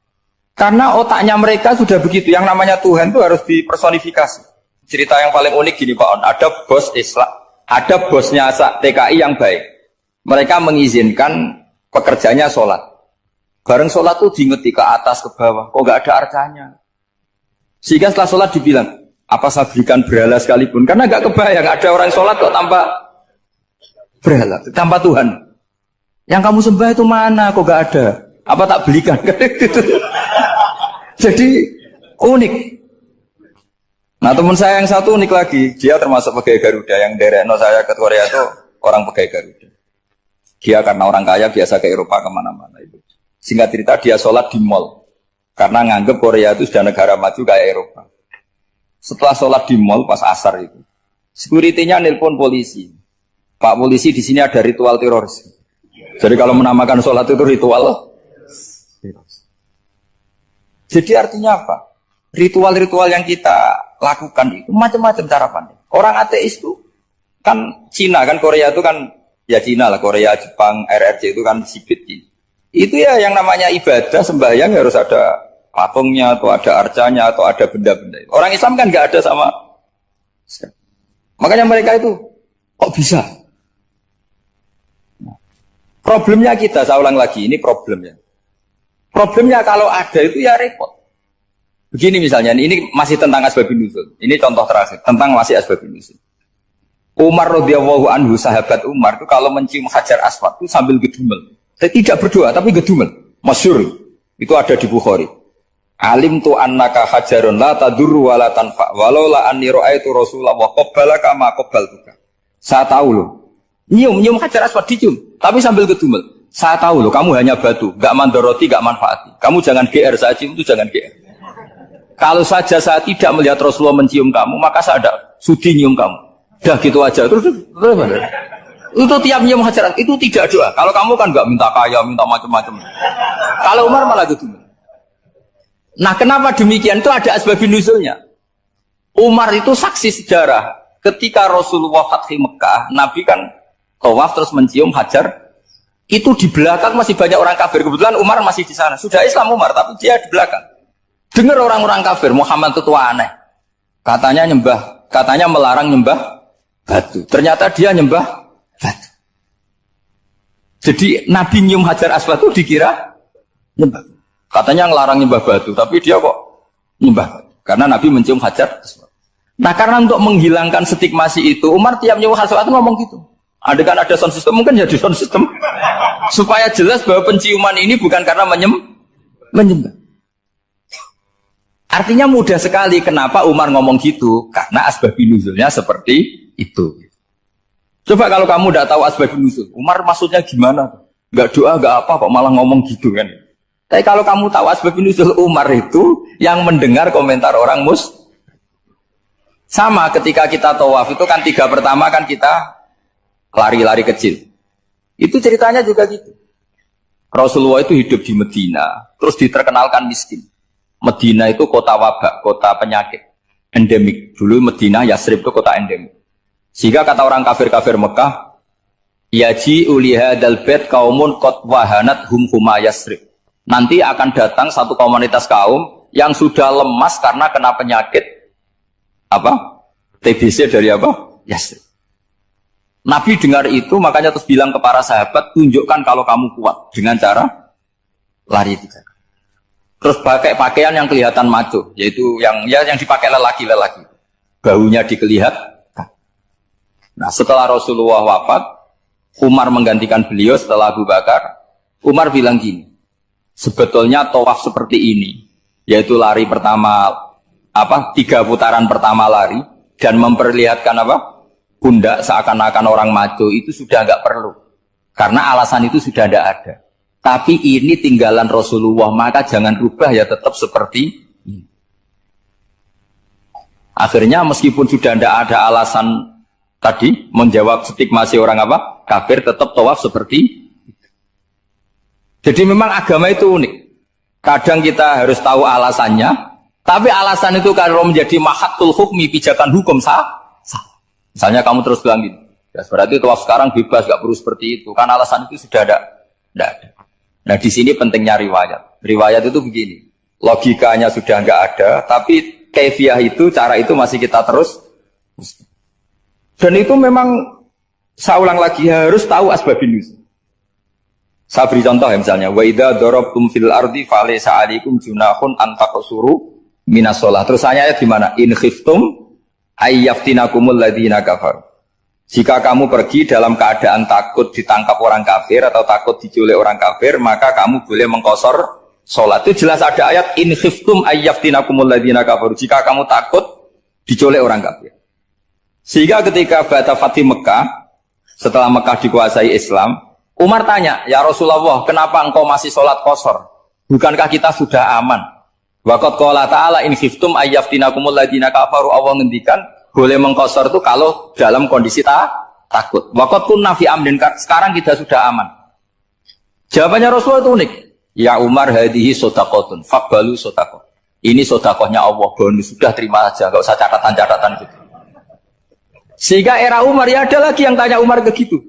Kata Umar, sa'altu dzalika Rasulullah sallallahu alaihi wasallam faqala hadhihi shadaqatu wa faqbalu shadaqah. Sudah ini bonus dari Allah, terima saja. Ini kan unik. Padahal kalau secara disiplin ilmu kan begini. Kamu boleh mengqasar sholat kalau dalam bepergian dan dalam keadaan takut. Logika hukumnya kalau tidak takut, tidak usah. Sama seperti begini. Kamu kalau pergi jauh seperti saya Pak On, itu ngosor sholat apa enggak ngosor kan?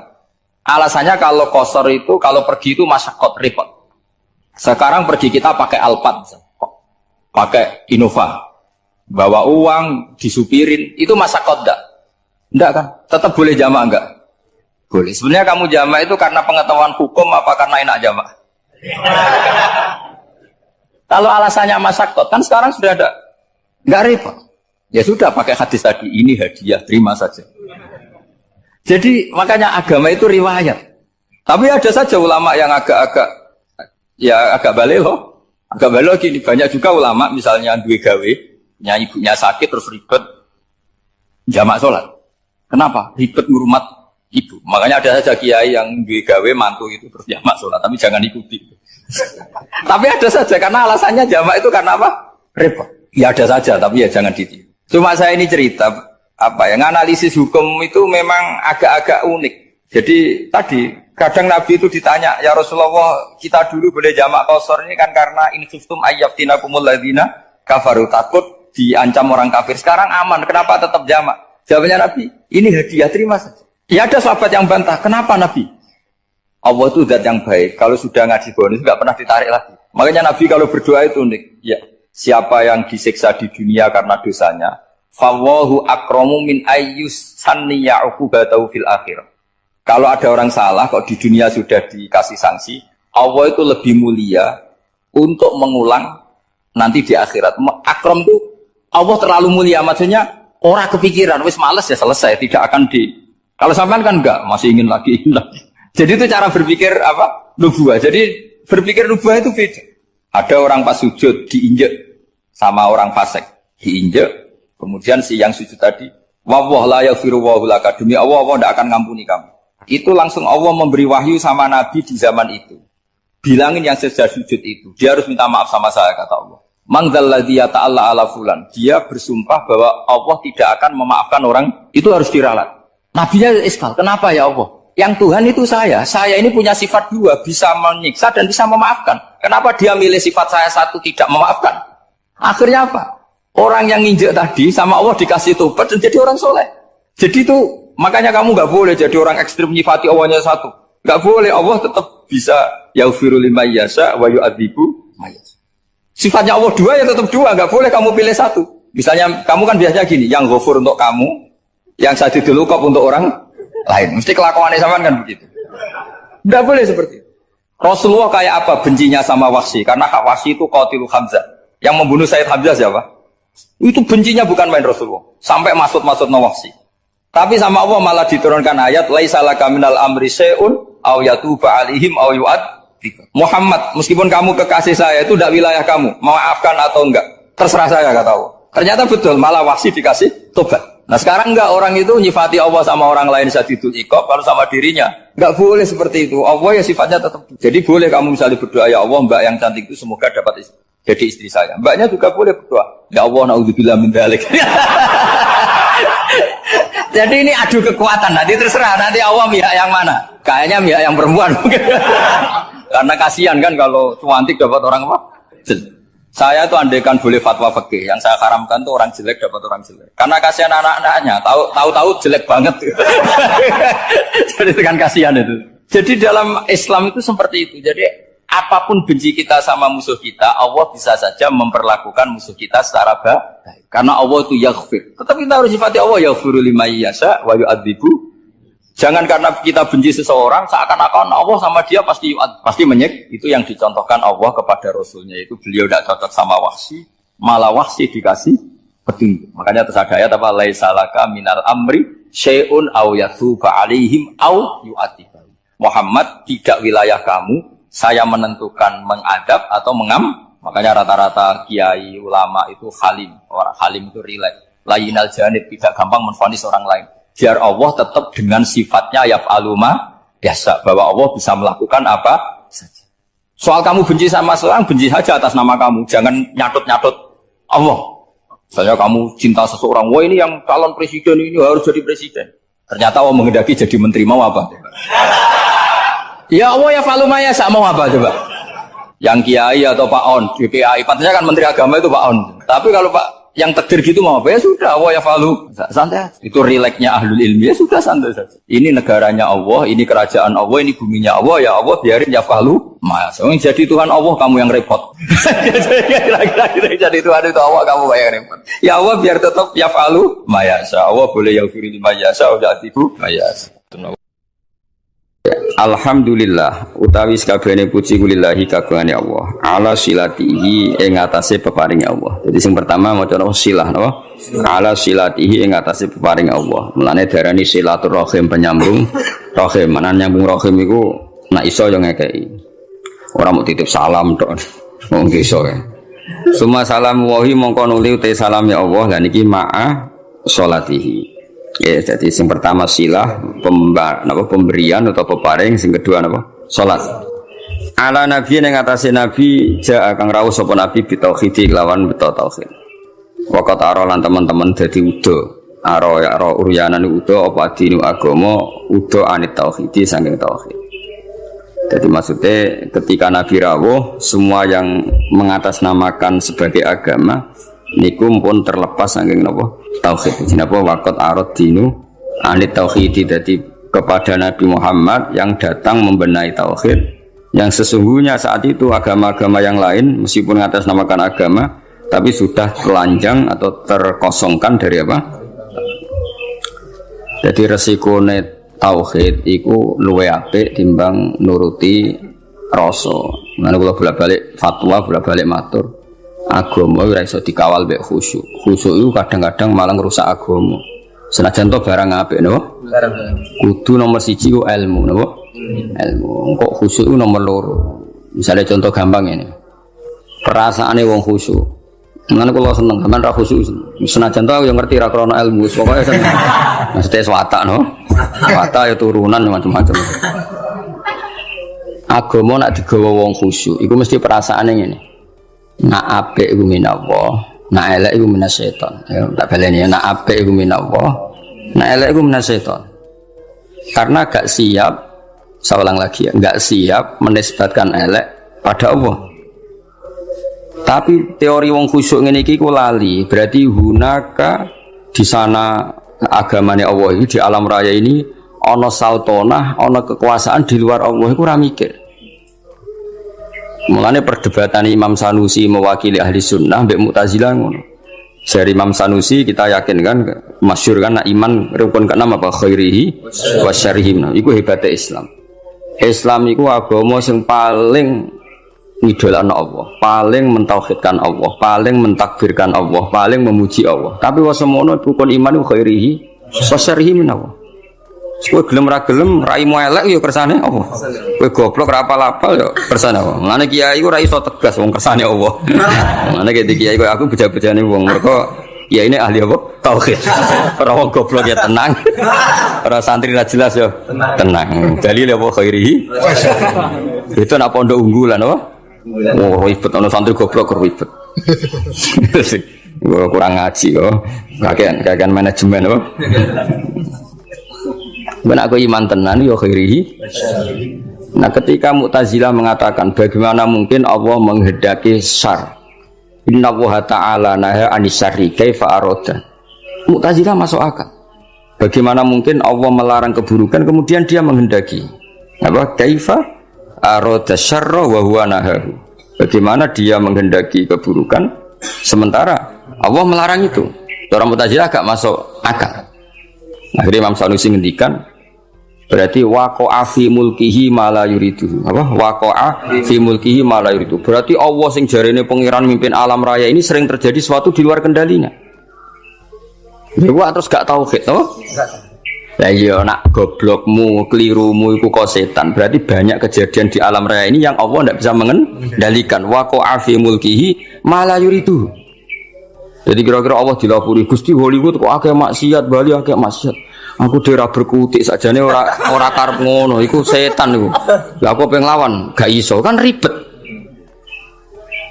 Senajan to sesuai nurani karepe wong Islam yumni khairihi minallah, syarrihi minasyaiton. Tapi risikone nanti berarti Allah gak berkutik di depan setan. Semulane cocok ra cocok kowe kudu iman khairihi wa syarrihi minallah. Nah, Soal engko nak ilmu wis bener, saya ulang lagi. Soal engko nak ilmu wis bener khairihi wa syarrihi minallah. Kowe oleh bi hukmil adab. Ya saya ulang lagi bi hukmil adab, ora bi hukmil hak, bi hukmil adab. Kowe darani khairihi minallah, syarrihi dinisbatno ning setan. Tapi kowe ngomong ngono bakdo benere tauhid. Ya, sakwise benere tauhid. Ya. Paham ya? Jadi kowe kudu yakin khairihi wa syarrihi minallah. Senajan to sakwise iku ana hukum adab. Kenapa kang rapal-apal? Mari aku ora sregep. Kadang-kadang kenapa rapal-apal? Seturunan. Pokoke kapan-kapan ngomong ngono gak apa-apa. Senajan to ning atimu wis ditulis ning kodok. Kodar. Paham ya? Khairihi wa syarrihi minallah. Ya eling-eling. Dadi umpama agama dikawal mek khusyuk mesti darani khairihi minallah, syarrihi minasyaiton. Resikone tadi waqa'a fi mulkihi ma la yuridu. Jadi gampangane pangeran ning gone Mekah sapa Allah, ning gone Madinah Allah, ning Hollywood ora Allah, wong gak di kekuasaan ning kono. Kan ngeri. Ada kerajaannya Allah, kemudian penguasanya setan dan yang menentukan perilakunya setan. Lha iku ra tauhid. Ngomong ngono iku jenenge gak. Lha iku mirip faham-faham Persia, ya ana Tuhan Yazdan, Tuhan apa Ahruman. Ada Tuhan gelap, ada Tuhan sinar. Nah, di akhirnya jadi sanawiyah, orang yang berpaham dua mirip filsafat Yunani dhisik, ada Tuhan apa nur, ada Tuhan kegelap. Nah, agama enggak mau seperti itu. Agama kudu tauhid, khairihi wa syarrihi. Ya, jadi mulane aku ora iso tegas mbek kowe mesum paulet wis ora iso tegas. Kene tauhide wis bener kok. Khairihi wa syarrihi minallah. Kowe kerinter ya kersane Allah, giyoblok ya kersane Allah. Paham ya? Senajan to kok ibu-ibu rontok sosiologi, rontok iso ngamati. Kenapa goblok? Mari aku rasa tuh. Kenapa gak lanya? Jarang terus. Kadang-kadang ngomong kenapa turunan, kadang-kadang kurang wesel. Pokoknya gak apa-apa lah. Tapi ku kabeh hukumil adab. Tetap hakikate iku khairihi wa syarrihi minallah. Paham ya? Jadi wong iku ora oleh ngawal Islam mbek khusyuk. Agama iki tau ana prahara mergo paham-paham khusyuk. Ane khusyuk itu sausé ilmu. Kaya apa rusaya agama iki tau dipimpin khawarit angger wong salah kafir wong salah. Akeh kiai khusyuk ora iso ngaji ku mesti rusak. Santri wajib ngalail wajib diruakat kuwabe guyu banter keliru rokokan keliru angop keliru kuwabe keliru. Iya. Itu nak cara ilmu masalah. Senajan to cara adab bener nglatih santri dalek itu bener cara adab. Cara ilmu salah. Ijab malam yajib kriminal, wajibno barang ra wajib ning kena ngaji sulam taufik. Termasuk dosa gede. Ijab malam yajib, wajibno barang sing ora wajib. Lha aku nuruti kepengen nang sampean salat qobliyah badi. Barang ra tak wajibno terus blas. Wah teloko tenan wis. Teloko tenan iki. Tapi tak wajib, aku mesti disemprit sampai Habib Abdullah bin Husain bin Thohir sekarang Sulam Taufik termasuk kriminal loh, neng bab ilmu. Ijabu malam yajib, wajib barang sing ora wajib. Anu rata-rata pondok fikih sudah jarang sholat qobliyah badi. Kang qobliyah sik. Bahaya Kang iku ijabu malam yajib, wajib barang. Yo repot. Maksudnya tetap ra wajib, tapi nek iso lakoni terus. Tapi kesuwen berilmu. Ajane aku ngerti kira salat qobliyah ora krana ilmu. Cuma ana dukungane mau mergo apa? Ora oleh ijabu ma lam yajib. Lha iki ora usah nentang dalail ya apik. Tapi sekali muni wajib kudu mbok lawan, no? Lawan.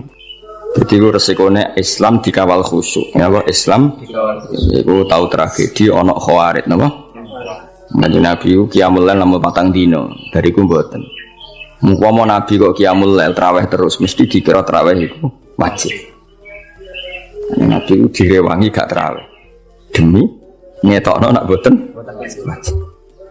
Tapi ya mau Nabi gak traweh tetep qiyamul lail. Nak kowe ora traweh ya ora traweh tenan iku. Jadi Nabi gak traweh iku tetep qiyamul lail. Kowe terus delok TV rokokan lho ribet. Ya tak balene sunane kula suwun iki ngaji Jawarut Tauhid kitab sing mulai Al-Azhar, mulai Sayyid Muhammad, mulai Mbah Mun termasuk Mbah Fadl kata sing ngitmai kitab Jawarut. Jadi memang resikone napa? Memang ilmu itu kadang enggak nyaman ya tadi kadang kita itu ya dukung Mu'tazilah. Piye Mu'tazilah kadang ya ono bener. Mane jare Sayyidin Abdus Salam aku itu ahli sunnah tapi be Mu'tazilah kadang ya setuju. Piye-piye Dekne berpendapat ngono iku li husni adabihim billah. Mereka tuh kepengen sopan ambek pangeran. Sehingga darane khairihi minallah, syarrihi minasyaiton. Tapi tetap kita ora anut Mu'tazilah. Engko resikone ana sanawi, ada dualitas. Ya ada dua kebaikan yaitu dipimpin Allah, ana otoritas keburukan dipimpin setan. Nah berarti kan Allah gak kuwasa ngendhalekno syar, utawa ngendhalekno setan. Jadi kamane bareng ning donya akeh maksiat terus pangeran cocokan mbek setan, menang kowe kosal kasil. Ribet. Donya maksiat beto ata kae iki. Akeh maksiat. Lah nek misale iku kehendak setan berarti kok olah kalah pangeran. Mergo keburukan. Jajal misale ning pondok sing lanang ambek sing ora gen. Jajal jawab. Jawab. Akeh sing ndi? Akeh sing ora lanang. Berarti terus pangeran cocokan mbek setan. Akeh balaku toh ora lanang. Ribet. Tapi nak artinya apa? Ada dualitas, ada rivalitas. Ya ora oleh cara tauhid ngene iku.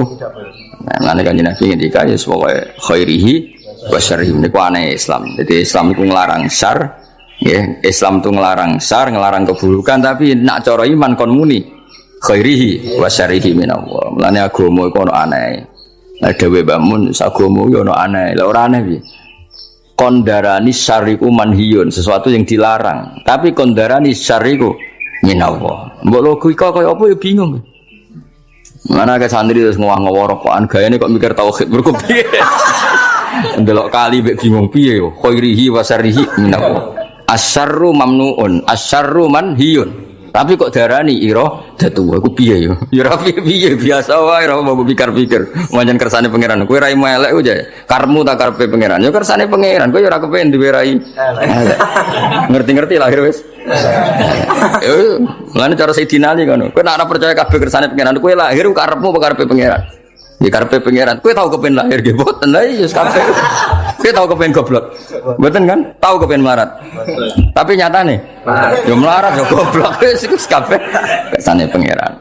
Mane dipimpin kiai ahli tauhid kaya aku yo repot. Repote mah ora iso ngloroi santri teman-teman iso. Mergo khairi.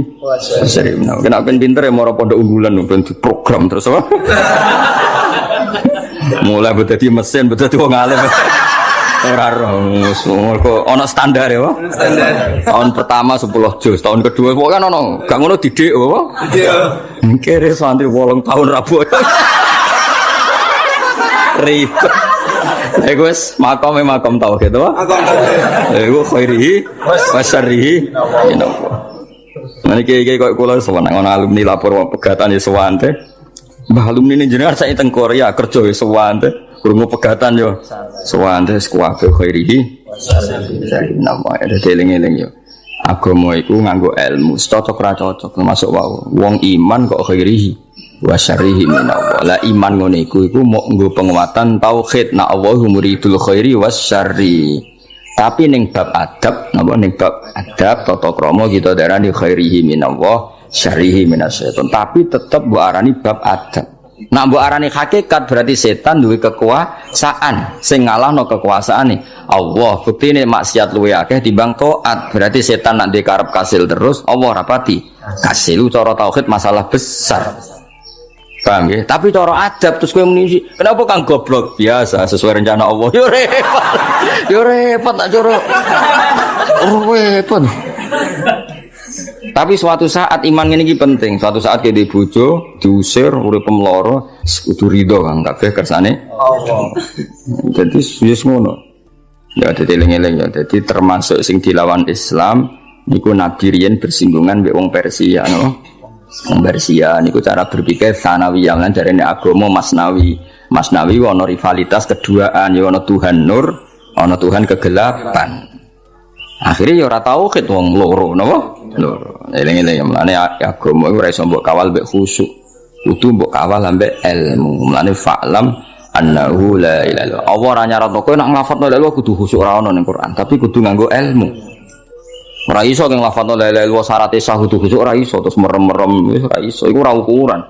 Sing digo ukuran nglafadzno kalimat tauhid sah nganggo ilmu. Mlane redaksine fa'lam annahu la ilaha. Ora ono ning Quran fakhsha kowe kudu khusyuk nek nglafadzno ora iso. Lah soal kok ana guru-guru tarekah sing nak nglafadzno kudu ngene ya ku ilmu tarekah tapi tetap tidak makili ilmu. Itu makili adab napa? Makili adab. Sale wong kudu sila madhep mulo terus nak nglafadzno ngene. Gedheke ngene Iku urusane wong toriko, tapi tetap iku ilmu adab, tidak ilmu tauhid. Ilmu tauhid sebenarnya kok kowe. La ilaha illallah diwangen-angen, gayane kok wong paham wae. Iku jenenge tauhid, to? Jenenge tauhid. Eling-eling ya. Jadi tetap kita yakin apa ma asoba musibatin fil ardi wala fi anfusikum illa fi kitabim min qabli an nabra'ah. Ya ora ono musibah sing menimpa kamu apa ma asoba musibatin fil ardi wala fi anfusikum illa fi kitabim min qabli an nabra'ah inna dzalika 'ala Allahi yasir. Dan Allah piyambak atas nama ilmu yang ngendikan terang-terangan ya di mayasa wa bil mayasa. Niku pangeran ya unik. Pangeran itu terang-terangan, udah rumang samu piye no aku. Kadang ngendikane terang-terangan. Aku itu ya di mayasa wa bil mayasa. Aku yo ngekeki hidayat sing tak kersakno, ngekeki sesat sing tak kersakno. Niku berarti Allah ketika ngendikan konteks tauhid. Tapi tentu kita dididik ada ma'asobaka min hasanatin famin Allah wa ma'asobaka min sayyatin famin nafsi. Tapi Allah ketika ngendikan tauhid kul kullum min indillah. Jadi lha iku ono dawuh tauhid, ono dawuh adab. Ya, ana dawuh tauhid. Lah kowe masalah goblokmu yang ono kadang bertauhid, khairihi wa syarrihi minallah, kadang yang nganggo adab. Kenapa kang goblok? Mari aku jarang mutolaah, ngono gayane soe nganggo adab. Paham kita nak nganggo adab keselan yo kabeh kersane pengiran. Ora repot kok kabeh kersane pengiran. Nak aku pinter, berarti ra sesuai catatan Imam Mahfud. Wis ditulis Imam Mahfud goblok kok aku pinter. Enggak ada di kowe oleh di pilihan loro apa? Tauhid sampai adab. Mana tauhid terus kesel jangan gua adab, nak adab kesel yo. Tauhid. Milah di. Ya semua kok delok-delok apa?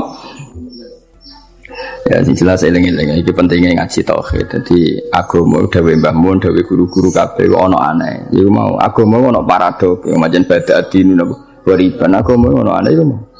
Wong agama iku anti keburukan. Saya ulang lagi, agama itu anti keburukan, anti maksiat. Tapi kon ngiyakini khairihi wa syarrihi minallah. Tapi tetap kondarani syarri ku manhiyun, sesuatu yang dilarang. Ora usah takok, ya ngono wae. Yo bingung no sithik-sithik ora apa wis pancen. Tetep luwih bingung gak di dhuwit paham. Gaya tok wong mlebu aku mikir tok itu bingung ora tok akalku. Gaya tok terus kei dhuwit 1 juta ilang bingung. Ngomong sing muni bingung mikir tauhid ya, terus kei dhuwit 1 juta. Ilang bingungnya tetep bingung. Hilang. Kecuali nak ngene bareng kei dhuwit 1 juta, saku kei dhuwit lah gak nikmat angger jawaban tauhid urung apa? Terjawab. Wis bak dhuwit iku. Nak ngono ya hebat. Ana sing ngono. Oh, tak angkat dadi wali saiki ana. Ayo tak angkat dadi wali saiki. Wis tak peksa, wis ra ditampa lah peksa nak pancen itu. Bocah-bocah, aku bingung mikir tauhid. Jarene ngene. Terus kayak dhuwit 200.000 wis rasa akeh 1 juta. Bingunge ilang to. Ilang to. Ilang. Wah, suruh duk ngopi rokokan silang bingung. Bareng takoki tauhid wis urusane pangeran santai. Bareng duwe entek, bingunge kumat. Gayane masalah tahu, aslinya ya ora. Nah sak kula mun ngoten, kula di dhuwit katalan namun mikir tauhid nggih nangis tenan. Kula nganti saiki dhuwit kula nggih kathah. Nek mikir pangeran nangis tenan. Kowe gak iso yakin ris. Mesti angger bingung ya plus kere mah ngono. Wis ra dadi wali, ra bakal dadi wali. Ya ala nabiyyin ja'a bit tauhidi wa qad arad dinu anit tauhidi. Terus niki kula kepengin khatam tapi mboten kula sedanten sarai kula waca mengki sing penting-penting mawon. Di tulisannya Nadoman ya ada yang beberapa harus dibenahi. Kados wau fak napa wajibun taqlidu khabrin